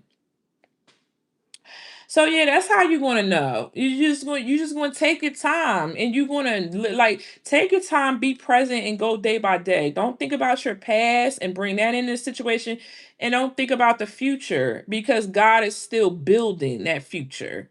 You see what I'm saying? God is still building. This is what it means to build things off a healthy foundation and a structural foundation. It just takes time. And you never know how God is going to surprise you. Okay. How was it meeting his daughter? Oh, so I had to meet her. That's a long story too. So there was a car accident. And so we had to meet over FaceTime. So I met her over FaceTime. And yeah, we're doing our first event together. We're doing 4th of July together. So I'll be meeting his mom and stuff. I'm excited. How do you feel your counterpart's energy? That's what she asked. I felt it through an emotional level when I first met him. Yes, we are intimate differently. Yes, we are. So we have two different levels of what intimacy looks like. And again, I'm dealing with somebody who is open to learning, or not even gonna say learning, but basically loving me on what my needs are. And I love him on what his needs is. Like he's a very freedom independent type person. He has a Sagittarius North Node. I have a Leo North Node. He likes a lot of freedom. So I understand that about him. You know what I'm saying? So, I may take off a day and give him his little space or whatever, or he comes in and he's in the bathroom, I give him his little space or whatever like that. It's the same thing, like intimacy wise, it's the same way as well too. He's very a man's man. He's not as lovey-dovey or emotional as women. And that was another thing that I learned because he doesn't match my energy on an emotional level. Like in a sense where it's like if I'm emotionally wacky or I'm in my fifis and stuff, which I do, and I'm not going to suppress that because I'm a girl. So I'm going to relax and surrender my feminine energy. And if I want to be emotional and things of that sort, he doesn't match that. So he's not going to be like 2 times I caught an attitude. He's just like, "Bitch, you're not gonna give me my kiss." Like he's not going to be like, "Oh well, if she got an attitude, I'm just gonna leave her alone and walk away from her and not give it." He doesn't do that. So he's still gonna lean in even when it's like, you know what I'm saying? So it's like, I don't know, that allows me to be even more softer with him. And so he just don't care. Like when we're in a bed, I'm like dead up on him. He like, oh my God, you're not giving me no space in the bed. And I'm just like, yeah, like that's how I am. Like I'm be all up in that. You know what I'm saying? So yeah. But yeah, anyway, so I met her through FaceTime and his mom and stuff like that. She sent me something really sweet. So I'm looking forward to meeting her. And yeah, we're doing 4th of July and stuff together. So his family and my family were coming together and stuff like that. So yeah, and he'll be there in August. If you guys come in August, you'll see him in August. So adorable. He's so adorable. Right? None of that TikTok toe BS. Yeah. Yeah, he don't even have social media. He don't even have it's not on his like he has no social media on his main phone. His social media is on like a second separate phone that he has. How did I meet him? Y'all, listen, Delulu. I met him looking a hot mess in Walmart. So we was in Walmart and I was running out to get something. We ran out of trash bags or something we need. You know how you be running out of something. I don't know if it was toilet paper, something we ran out. And I went to Walmart with like my workout stuff on. I had my sunflower Crocs on. My hair was in a bonnet. I looked like I just rolled out of bed. Okay. And so we was both in Walmart in the back of the store. You know how the back of the store is all the cleaning stuff. So we both in the aisle and I'm singing Whitney Houston. I wanna dance with somebody. Ooh, I wanna feel the heat with somebody. Right. So I'm in the aisle and I'm dancing, y'all. I'm like this. Y'all know I'm a free spirit. So I'm in the I wanna dance with somebody. So he ain't say nothing. So I started singing. So he was just like, he thought that I said something to him. And I was like, no, I was singing a song, right? So I just went back to my dancing. He went back to whatever he was doing, and we walked off and separated ways. Like we parted ways in the store. Never in a million years I would fathom that the universe will align us walking out of the store together, y'all. We literally checked out. This was not, I wasn't even thinking about this man or nothing. We literally checked out at the same time and we walked out the store at the same time. We just looked at each other and we just like laughed. Cause I was like, dang, he see me dancing. He see me dancing in the store. And so I was like, oh, well, did you get what you was looking for? I was like, did you get what you was looking for? That's the first thing I said. He was like, yeah, and he talks so slow, like not slow and like retarded slow, but he talks like slow and calm, like a masculine. Like his voice is so freaking like sexy, and so he's like, "Yeah, I got what you." Like sometimes I just be calling him. I don't want that. That I just be wanting to hear his voice. So he was like, "Yeah, I had got." He's like, "I think I got like what I was looking for, or whatever, like that." So he was just like, so we like walking and talking, and he telling me and stuff like that. So he was like, "Are you dating?" And we weren't talking about nothing sexual. I didn't even feel the sexual like I didn't even feel nothing sexual with him. Like I didn't feel it, but my energy felt so calm. Like it felt like I could just like lay in his shoulder like this. Like when I tell you, my whole nervous system just felt like an ocean just went through it like this. I felt so calm. Like I was just like, oh my God. Like I just felt like I could exhale. So he was like, "Are you dating?" But I said, no, I'm not. No, he was like, "Are you dating?" I said, "No, I'm not." And at the time I wasn't. I wasn't dating. It was a year since I left. Y'all know I left that crazy ass Libra, right? I left him. It was a whole year. I had not dated nobody, talked to nobody. And men try to talk to me, but I was just like blocking them. I'm like, no, they karmic, they raggedy. I could pick up on dirty, raggedy energy. So I was just like, no, no, no. Right. You know what I'm saying? So I haven't talked to anybody or dated anybody for a whole year. It was a year. It went by so fast. And so I was like, no, I'm not, right? And I said no because I really literally I wanted to make an agreement with my ancestors that I wanted my bank account to be at a certain level before I started dating again. So he was like, "Oh man, I wanted to take you out on a date." And I was like, "Okay." So, I'm asking him what his sign is and all that. And I'm like, "You feel like a water sign." And he was just like, "No." He was like, "No, I'm not a water sign." He didn't even know what signs was, I don't think really like that. He was just like, he didn't say no, I'm not a water sign. He was just like, I'm a such and such. And I was like, oh, okay. So he did know something about the signs and stuff like that. And so I was like, oh, okay, so we was like, I don't know, we was just talking and then he took me like on a few dates and stuff, y'all. And then like by like the fifth or sixth date, he still wasn't pushing up on me. Like he wasn't like pushing to sleep with me or nothing.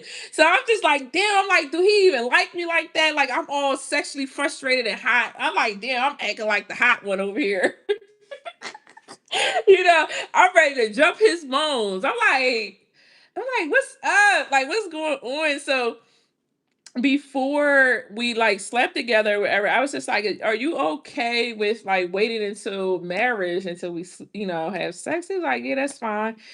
That's fine or whatever, right? So again, like like he's like literally like turning me on without even doing nothing. Like and when I get around him, my energy gets real high. So I'm just like, he's like doing all this, like my energy get high, but he gives me this calm energy.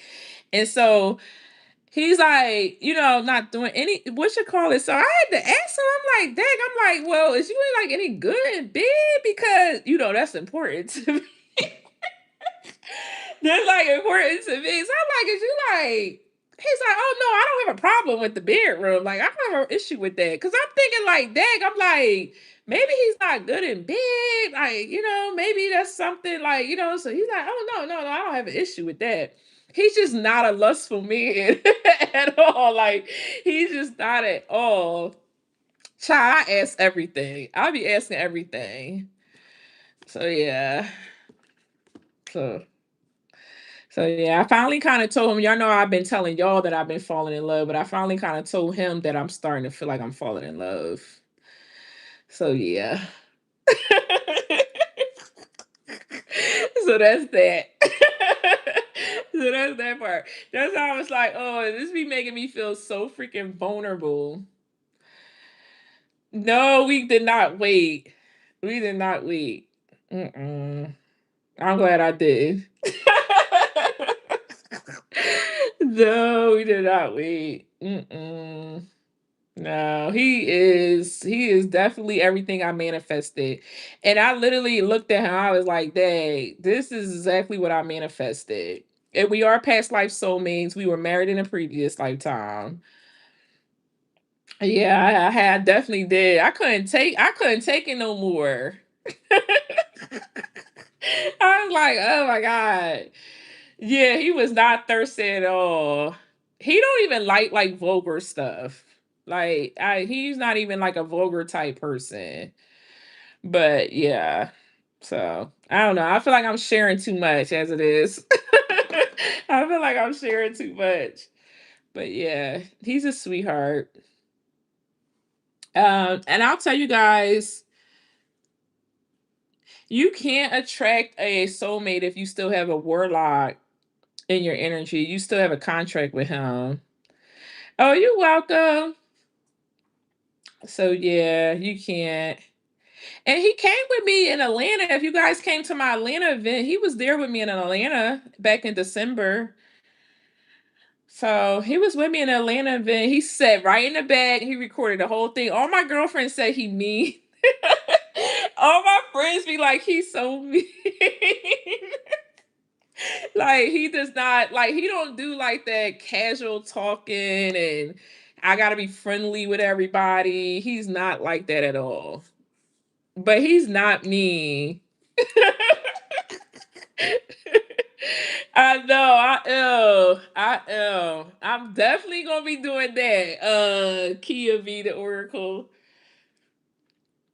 Yeah, yeah, he not. And I could see why probably women would talk to him and then get frustrated with him. Like with him, like you gotta have like real. He's a person of like you gotta. He's one of them people that you gotta be patient because he studies. He studies everything about me.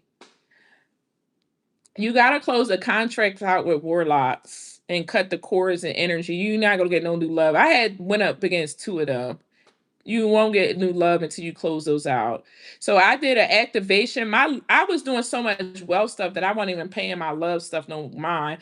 I activated my love contract in February. I wasn't supposed to meet him until a year later to the following February. I was like, Dad, that's a long time. I had already been single for almost I was single for like 6 months. And so I was like, let's see if I'm gonna accelerate this. And I accelerated and I met him 6 months before I was supposed to meet him. But then I wish I would have never done that because I met him at like kind of some a time that he was kind of still ironing some things out of his life. And then those things smoothed out around February. So around February was when things really. I was like, dang, if I would have met him around the time I was supposed to meet him, we would have probably been a lot more smooth selling. How do you know if you're have attached to them? You gotta be very careful when warlocks and their contracts because warlocks will send in the same energetic lovers. Like if they're a demonic warlock or something, they just real toxic and demonic. They'll send in a lover that's from the same energy. So it don't you have to know how to close it out. You're gonna know it through the literally the fruit of your life. Remember, you guys, everything is the fruit of your life. So if you're still attracting energies that's like your ex, there's still energies or contracts or something that's still open. When you start attracting different type of people, like my man is not my usual type of person, then you will attract things differently. And then my daughter okayed, and my daughter said he was the only person. She said he was the only person that she liked. She's like, including my dad. No, I'm dad cool now, y'all. I'm retired from the dad jokes, but I feel bad, y'all, because he lost his brother and stuff. So I can't talk about my dad no more. But I know. I mean, I don't know. I feel like the rest of them was just douchebags. Yeah. They were just like, Yeah. So when she kind of like douchebags. said it, I was like, really, Rihanna? Because Rihanna don't be liking nobody. He's the nicest. Yeah. The rest of them, Yeah, he is a sweetheart. the rest of them, I was just looking at one like, really? All right, bye. I just got finished my schoolwork. I'm about to get some food. Oh, thank you. My daughter 25. She's 25. You know, I'm a Gemini rising mom, so I'm always gonna be like this. Yeah. Childish. I know. That's why I said. Who was I saying that? I was like, no, the Geminis are the babies of the sign. Who was I talking to? They're like the babies because it's Aries, Taurus, and Geminis and Cancer, right? Yeah. They're all the babies of the zodiac sign. They don't really mature like that. And I think I'm gonna finish with a 90. That's good. Yeah. You have good days and bad days. Does no content mean no stalking at all? Yeah, I don't know. I don't stalk him. Like he leave his phone open around me and everything. I I don't. guess they talking about your exes. You wouldn't really stalk the person you with, right? Yeah, I'm not stalking nobody. My exes or the people I'm with. Okay, mom. Some of us do. Okay. Stop trying to make us feel bad because we like seeing what the nigga doing. I can't with her. Got her. She said, yeah, my son's is 21 and 20. What my son's 23, 21, and 17. About to be 18. Yeah, 24, 21, and 17. He about to be 18. I'm about to be done in September, y'all. Oh, the exes and warlocks.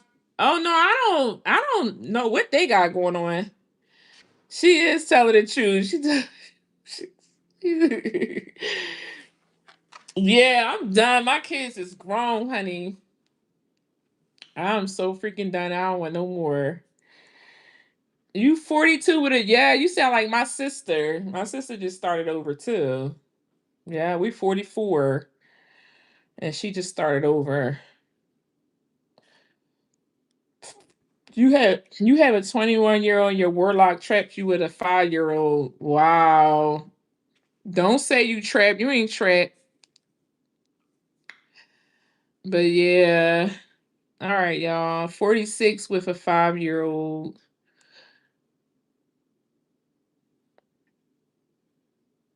Oh, that's so sweet. Yeah, I had 4 kids by my warlock. They karmic. They be karmics too. You gotta clear them karmic contracts out. I have a karmic contract with my son and my oldest daughter that you always just heard, and my son that I had to clear out. And I had one with their dad. Um yeah. And then I had one with the person that was right before this one that I was doing this one. So now I'm in more like of a healthy, I'm all in my healthy contracts now. I'm on a high timeline, a line timeline, and all of that. I done did so much karmic clearing where it don't make no sense. Okay, so I couldn't even if I wanted to. All right, but I love you guys. All right, I'm gonna get up out of here. Thank you to everybody that purchased a candle. If you purchased a candle, I wanted you guys to get the cleanse and protect for me. But thank you if you got the cleanse and protect. I appreciate you. I appreciate you. Thank you guys so much. I love you guys. Please make sure you guys support and if you can get a session. Because yeah, I'm trying to, that's why I'm doing my classes, my sessions and stuff like that, because we are really going to make the Lionsgate event really big. Okay. If you had purchased any sessions already, and I think y'all are on my schedule for this week, I'm going to be doing them tonight. How to know if your karmic contract in. Girl, let me tell you something. How you going to know? It's just like the energy is just going to change. Your timeline is going to change. So whenever you close a contract, you know there's 10 different levels of a timeline. And I'm just going to explain this real quick and I'm going to get out of here, right? They actually told my daughter to get me some water, but I'll run to the store. Whenever you close out a karmic contract, okay, you go up in levels in your timeline. And I've explained this before, okay? I don't know if you can see it. So there's a karmic contract. You close out, let's say if you started out in the negative, because usually if you are in karmic energy or karmic contracts, you're probably on a negative timeline, meaning you could be like on a shadow timeline, a karmic timeline. You're still learning lessons and things of that sort. So you got to get up in your timeline. Each timeline that you get up on, your life starts to change.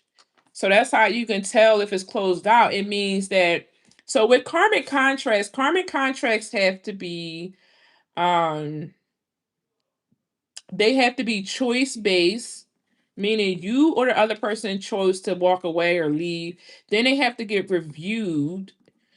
Okay, this is how it goes in the spiritual court. And then they go in for final closure. And then after their final closure, then now you have to move the residual energy from the karmic contract. So let's say, like for me, I had an abandonment wound. That was a karmic contract I was in with my ex-husband for 25 years, right?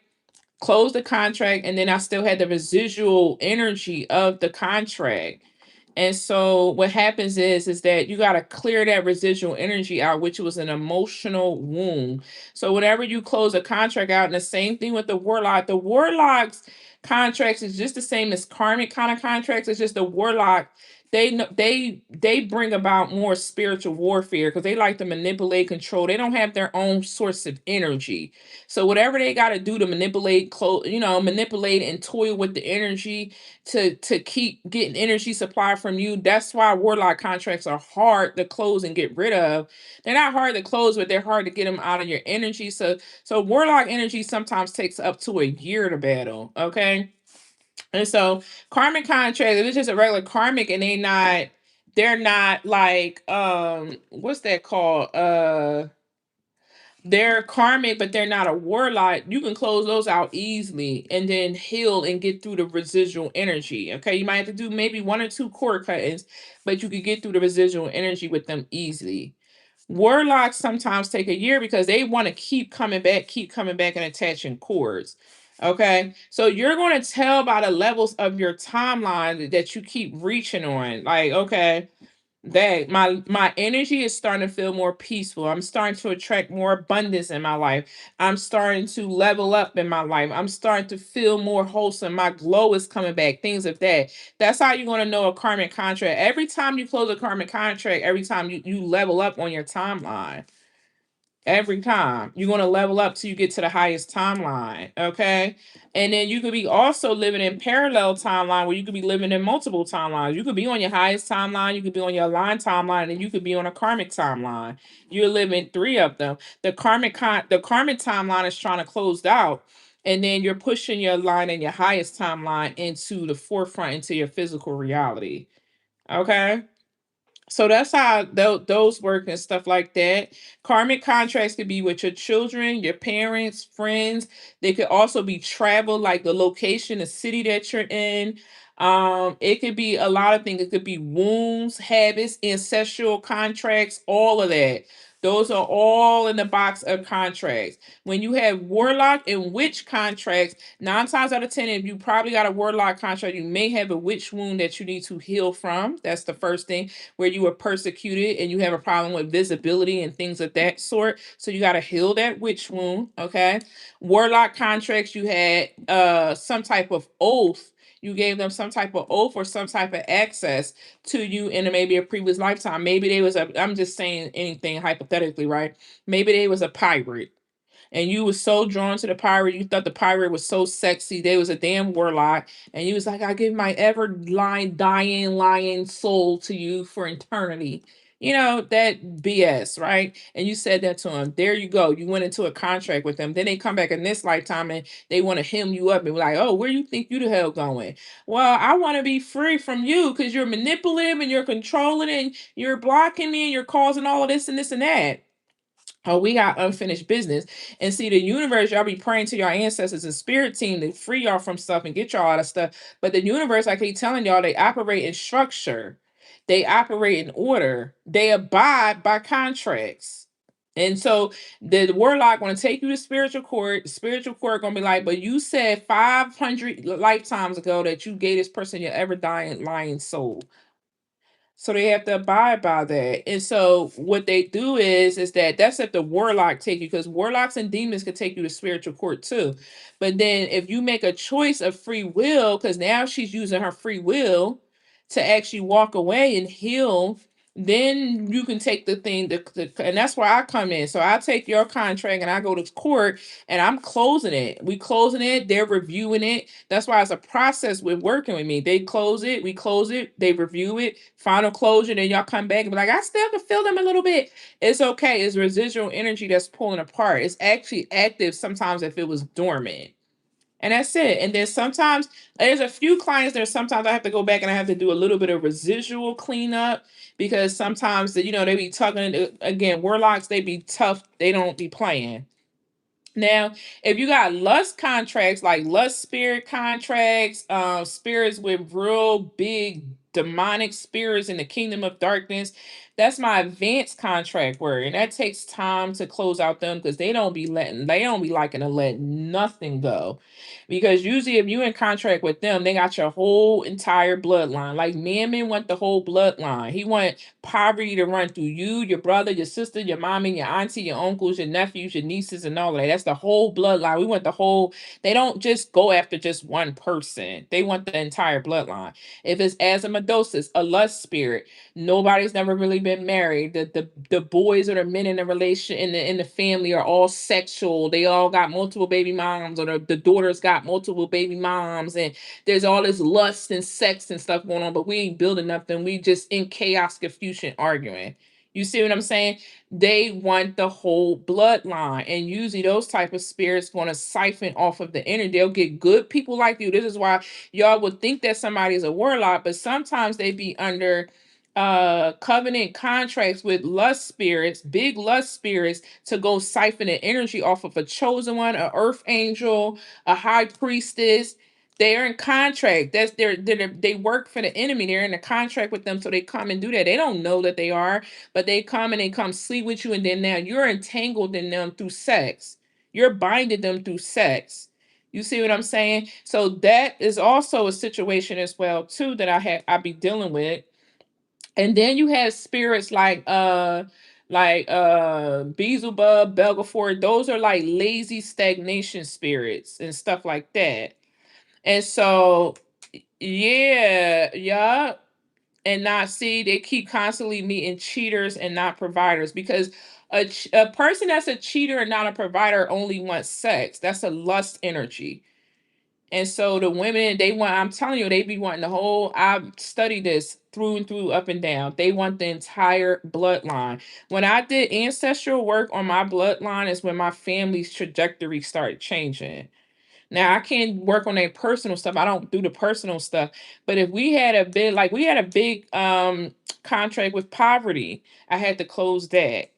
So that changed the financial energy. Like it changed how we would get jobs or how we would handle our money and things of that sort. It wasn't always like a survival thing. So when you're doing that, it's like you're closing out all of that off of your bloodline. Yeah. So yeah. So hey, Marsana. So that's how you get into like contracts. That's how those soul contracts were. Some stuff they don't teach you in religion. Soul contracts is everything. They don't really teach the structure of the kingdom of God in religion. So I just have to do my inner work to end all of that. Well, it's not inner work. It's you because you can do healing work all the like we're in a time, sister, where a lot of the collective is moved out of the inner work. You probably already feel somewhat healed. We've moved out of that. Remember last year I was talking to y'all about soul contracts. Last year, if you've been following me for a minute, last year I was talking to y'all about soul contracts. This year is about authority. This year is about sovereignty. This year is about stepping into your soul calling and mission. That's what this year is about. So when you're saying you just need to focus on your inner work, that's very well man and dandy, but how much inner work have you been already doing? Because the inner work is fine, but if you still got soul contracts going on, these energies still have access to your energy, and nothing's going to come in as long as you have open contracts. You can't get no blessing from God if you got an open contract with a lust spirit. They're going to tax you. You can't get no wealth if you got an open contract with a spirit of poverty. They're going to tax you.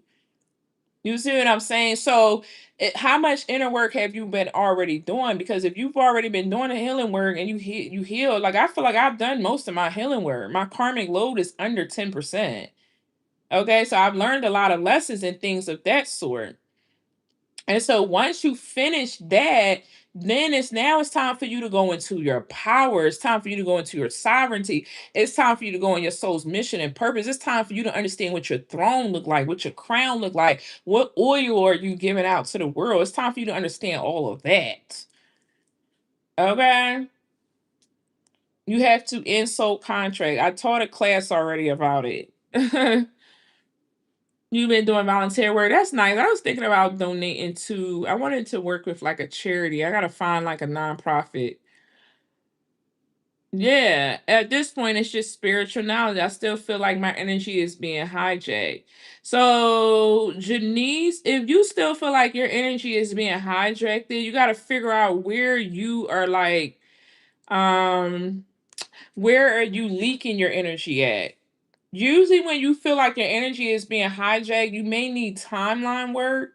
And timeline work is deeper. That's 30 days of work.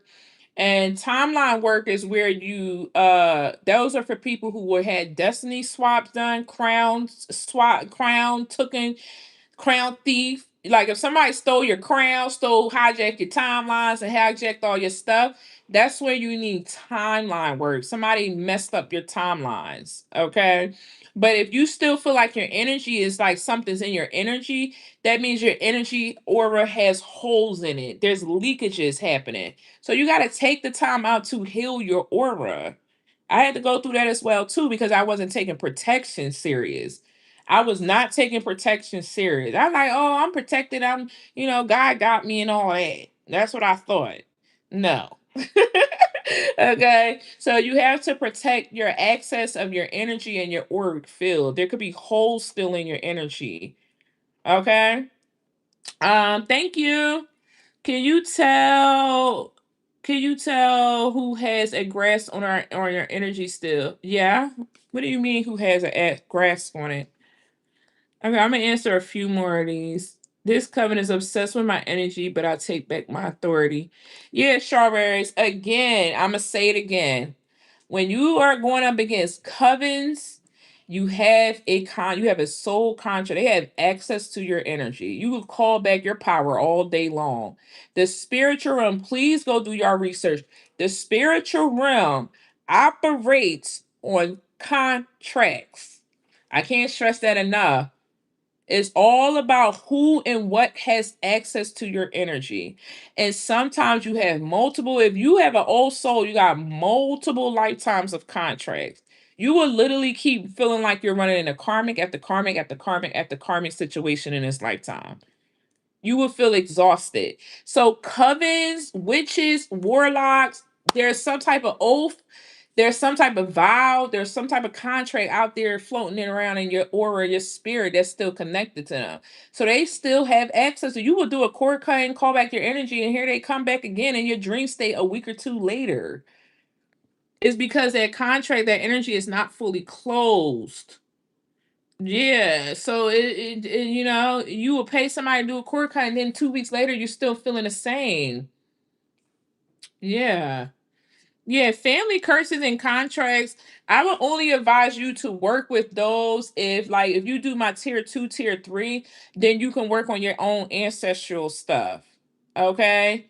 You can get yourself out of the get you out of the ancestral contracts. I don't want to be a part or connected to what my ancestors got us into. Because you never know what your ancestors got you into. Okay. How much does it take to feed your ancestors? I mean, I don't do altar work or do ancestral work. When I was doing it in the beginning of my journey, I would just give them and I would buy nice plates for them. I would give them nice teacups, nice wine glasses, and a nice plate. And whatever, you got to make the food. You can't be giving them nothing out of like Wendy's, McDonald's, any fast food place. They're not going to accept that. So you got to cook for them. They want cooked food. And then you give them cooked food, and then it'll show on the plate that it was received. That's when I was doing ancestral work. I don't do ancestral works anymore. Okay. What's the difference between a lust spirit and you just being horny at the time? So horny energy is going to feel in the sacral. You're going to feel like a warm sensation, a sacred. You're going to feel like this. Lust is going to feel in your cat or your wang area. It's going to feel a tingling feeling. Lust spirits go straight to the place where you kind of like have an orgasm experience. So let's say, and I don't want to get flagged or nothing, but like if you were somebody that gets your orgasm through like the clitoris area, and the same thing with the men, that's where the lust spirits are going to attack at because they want the orgasm to come. That's how they feed off your sexual energy. Now, when you feel a sacred sexual energy, you're going to feel it in the sacral chakra. You're going to feel creative. You're going to feel warm because when you're horny, you don't have to have sex. You can go exercise, you can go create, you can go do something else, but you're not going to feel it in your private areas. If you're feeling it in the private areas, then that's a lust spirit. If you're feeling it at night in the private areas, that's a lust spirit. Okay, so that's the difference between the two. What made me decide to stop ancestral worship?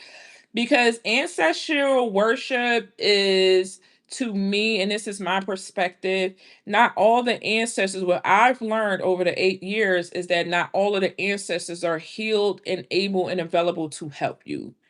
They just are not. So I've moved away from ancestrals and I only focus on ninth dimension spirits and energies and above. Those would be like archangels, my wealth angels, ascended master energies. I only like to work with them or above because those are the ones that are helping me. I'm doing a lot. So my ancestors can only take you as far as their traumatic soul. So if you're not venerating your ancestors, uplifting your ancestors, and healing your ancestors on a soul level, but you're working with them, they're going to give you misguidance. Some of them, they may come in as trickster spirits. I've had clients that had that issues and stuff. They was like, I just set up my altar, and then they called in 3 hag spirits. And them hag spirits could very well be on their ancestral bloodline. So I don't work with my altar. I don't have an altar. I don't have no altar. I have prayer areas, places that I like to meditate and stuff, my favorite spots and stuff like that. How do you heal ancestors? I have a book. It's called Ancestral Renovation. I don't know if it's down here or upstairs, but that's how you could renovate your ancestors. I think it's upstairs, but it's on Amazon. It's called Ancestral Renovation. Okay. If offering modes, I don't know what you mean by offering modes. What you mean offering modes?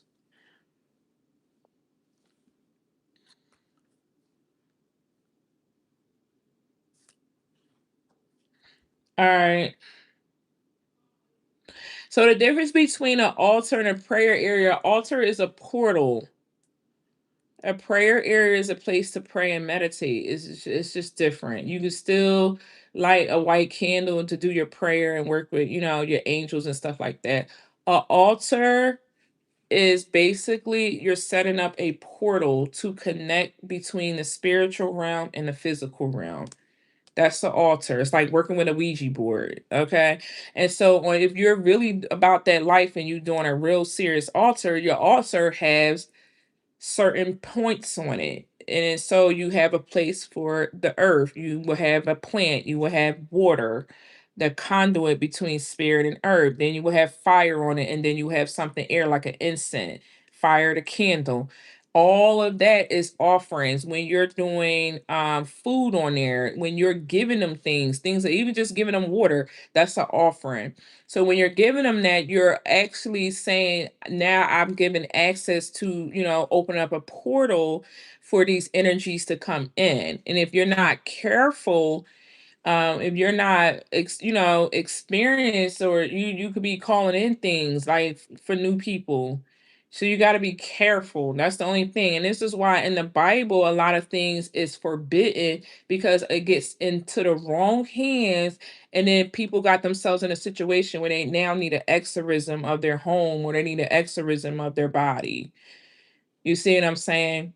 Because them spirits, they do not play. They don't play. Okay.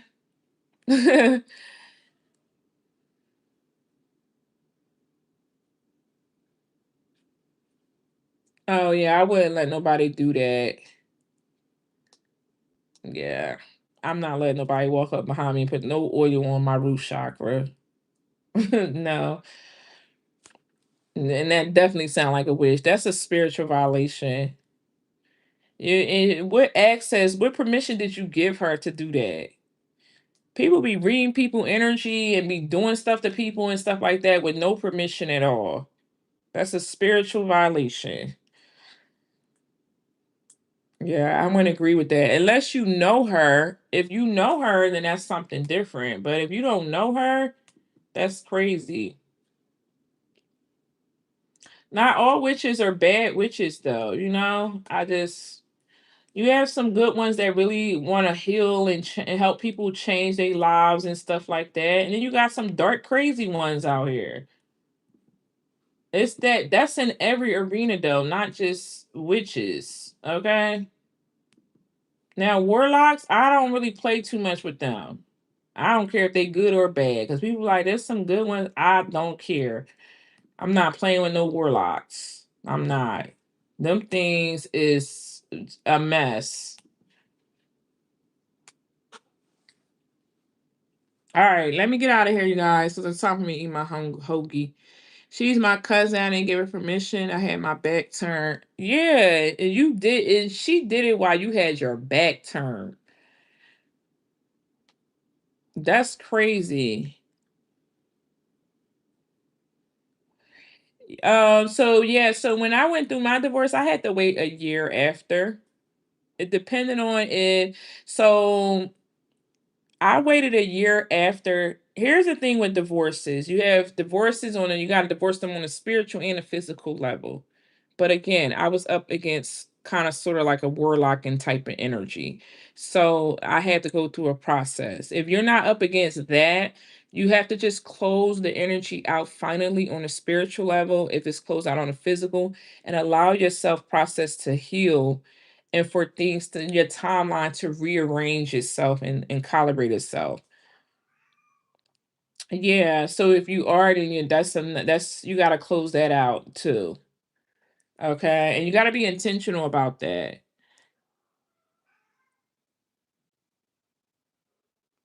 Exactly, Millionaire Sinclair. Yeah, that's true.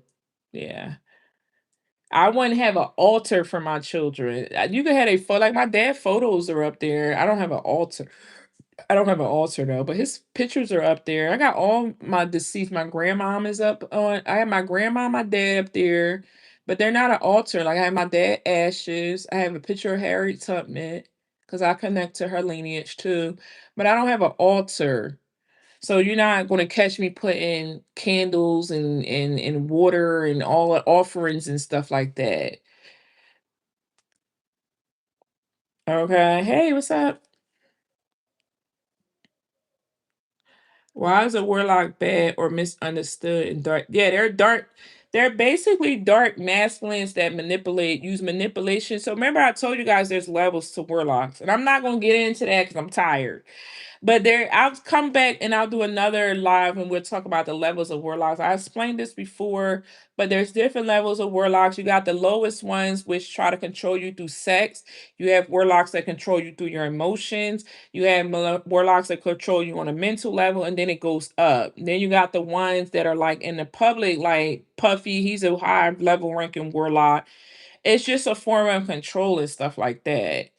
So with them, it's like they're bad because they get into their dark shadow energy. Some of them are sent from the kingdom of darkness, but they get into their dark shadow energy. A man that's not a warlock that still can do this type of work or do magic will be called a wizard. They operate and work from the light. Warlocks usually operate from the dark. The same thing with a good and a dark and a light witch. A light witch is going to operate from the light energy. A dark witch is going to operate from the dark. Thank you for the gift. I appreciate that so much. Yeah, so they're going to operate from the dark. Okay. All right. Hopefully you guys understand this. If you need to watch the replay, you can watch it on YouTube. I'm not going to save it on Instagram or TikTok. All right. I love y'all. Have a beautiful, blessed day. Thank you for all of the likes. I can't see. Thank you for 280,000 likes. I love y'all. I appreciate y'all. Thank you, TikTok, Instagram for watching, and thank you, YouTube. Okay. Thank you for the gifts on YouTube. We got 47 likes on YouTube. All right. Good night. I will see you guys later in a couple days. We have our graduation on Wednesday. I probably won't be back until maybe Thursday or Friday. Yeah, maybe Thursday because Friday I have a class. All right. I love y'all. Bye. All right, let's close this out first. Close this one out. Done. Close this one out.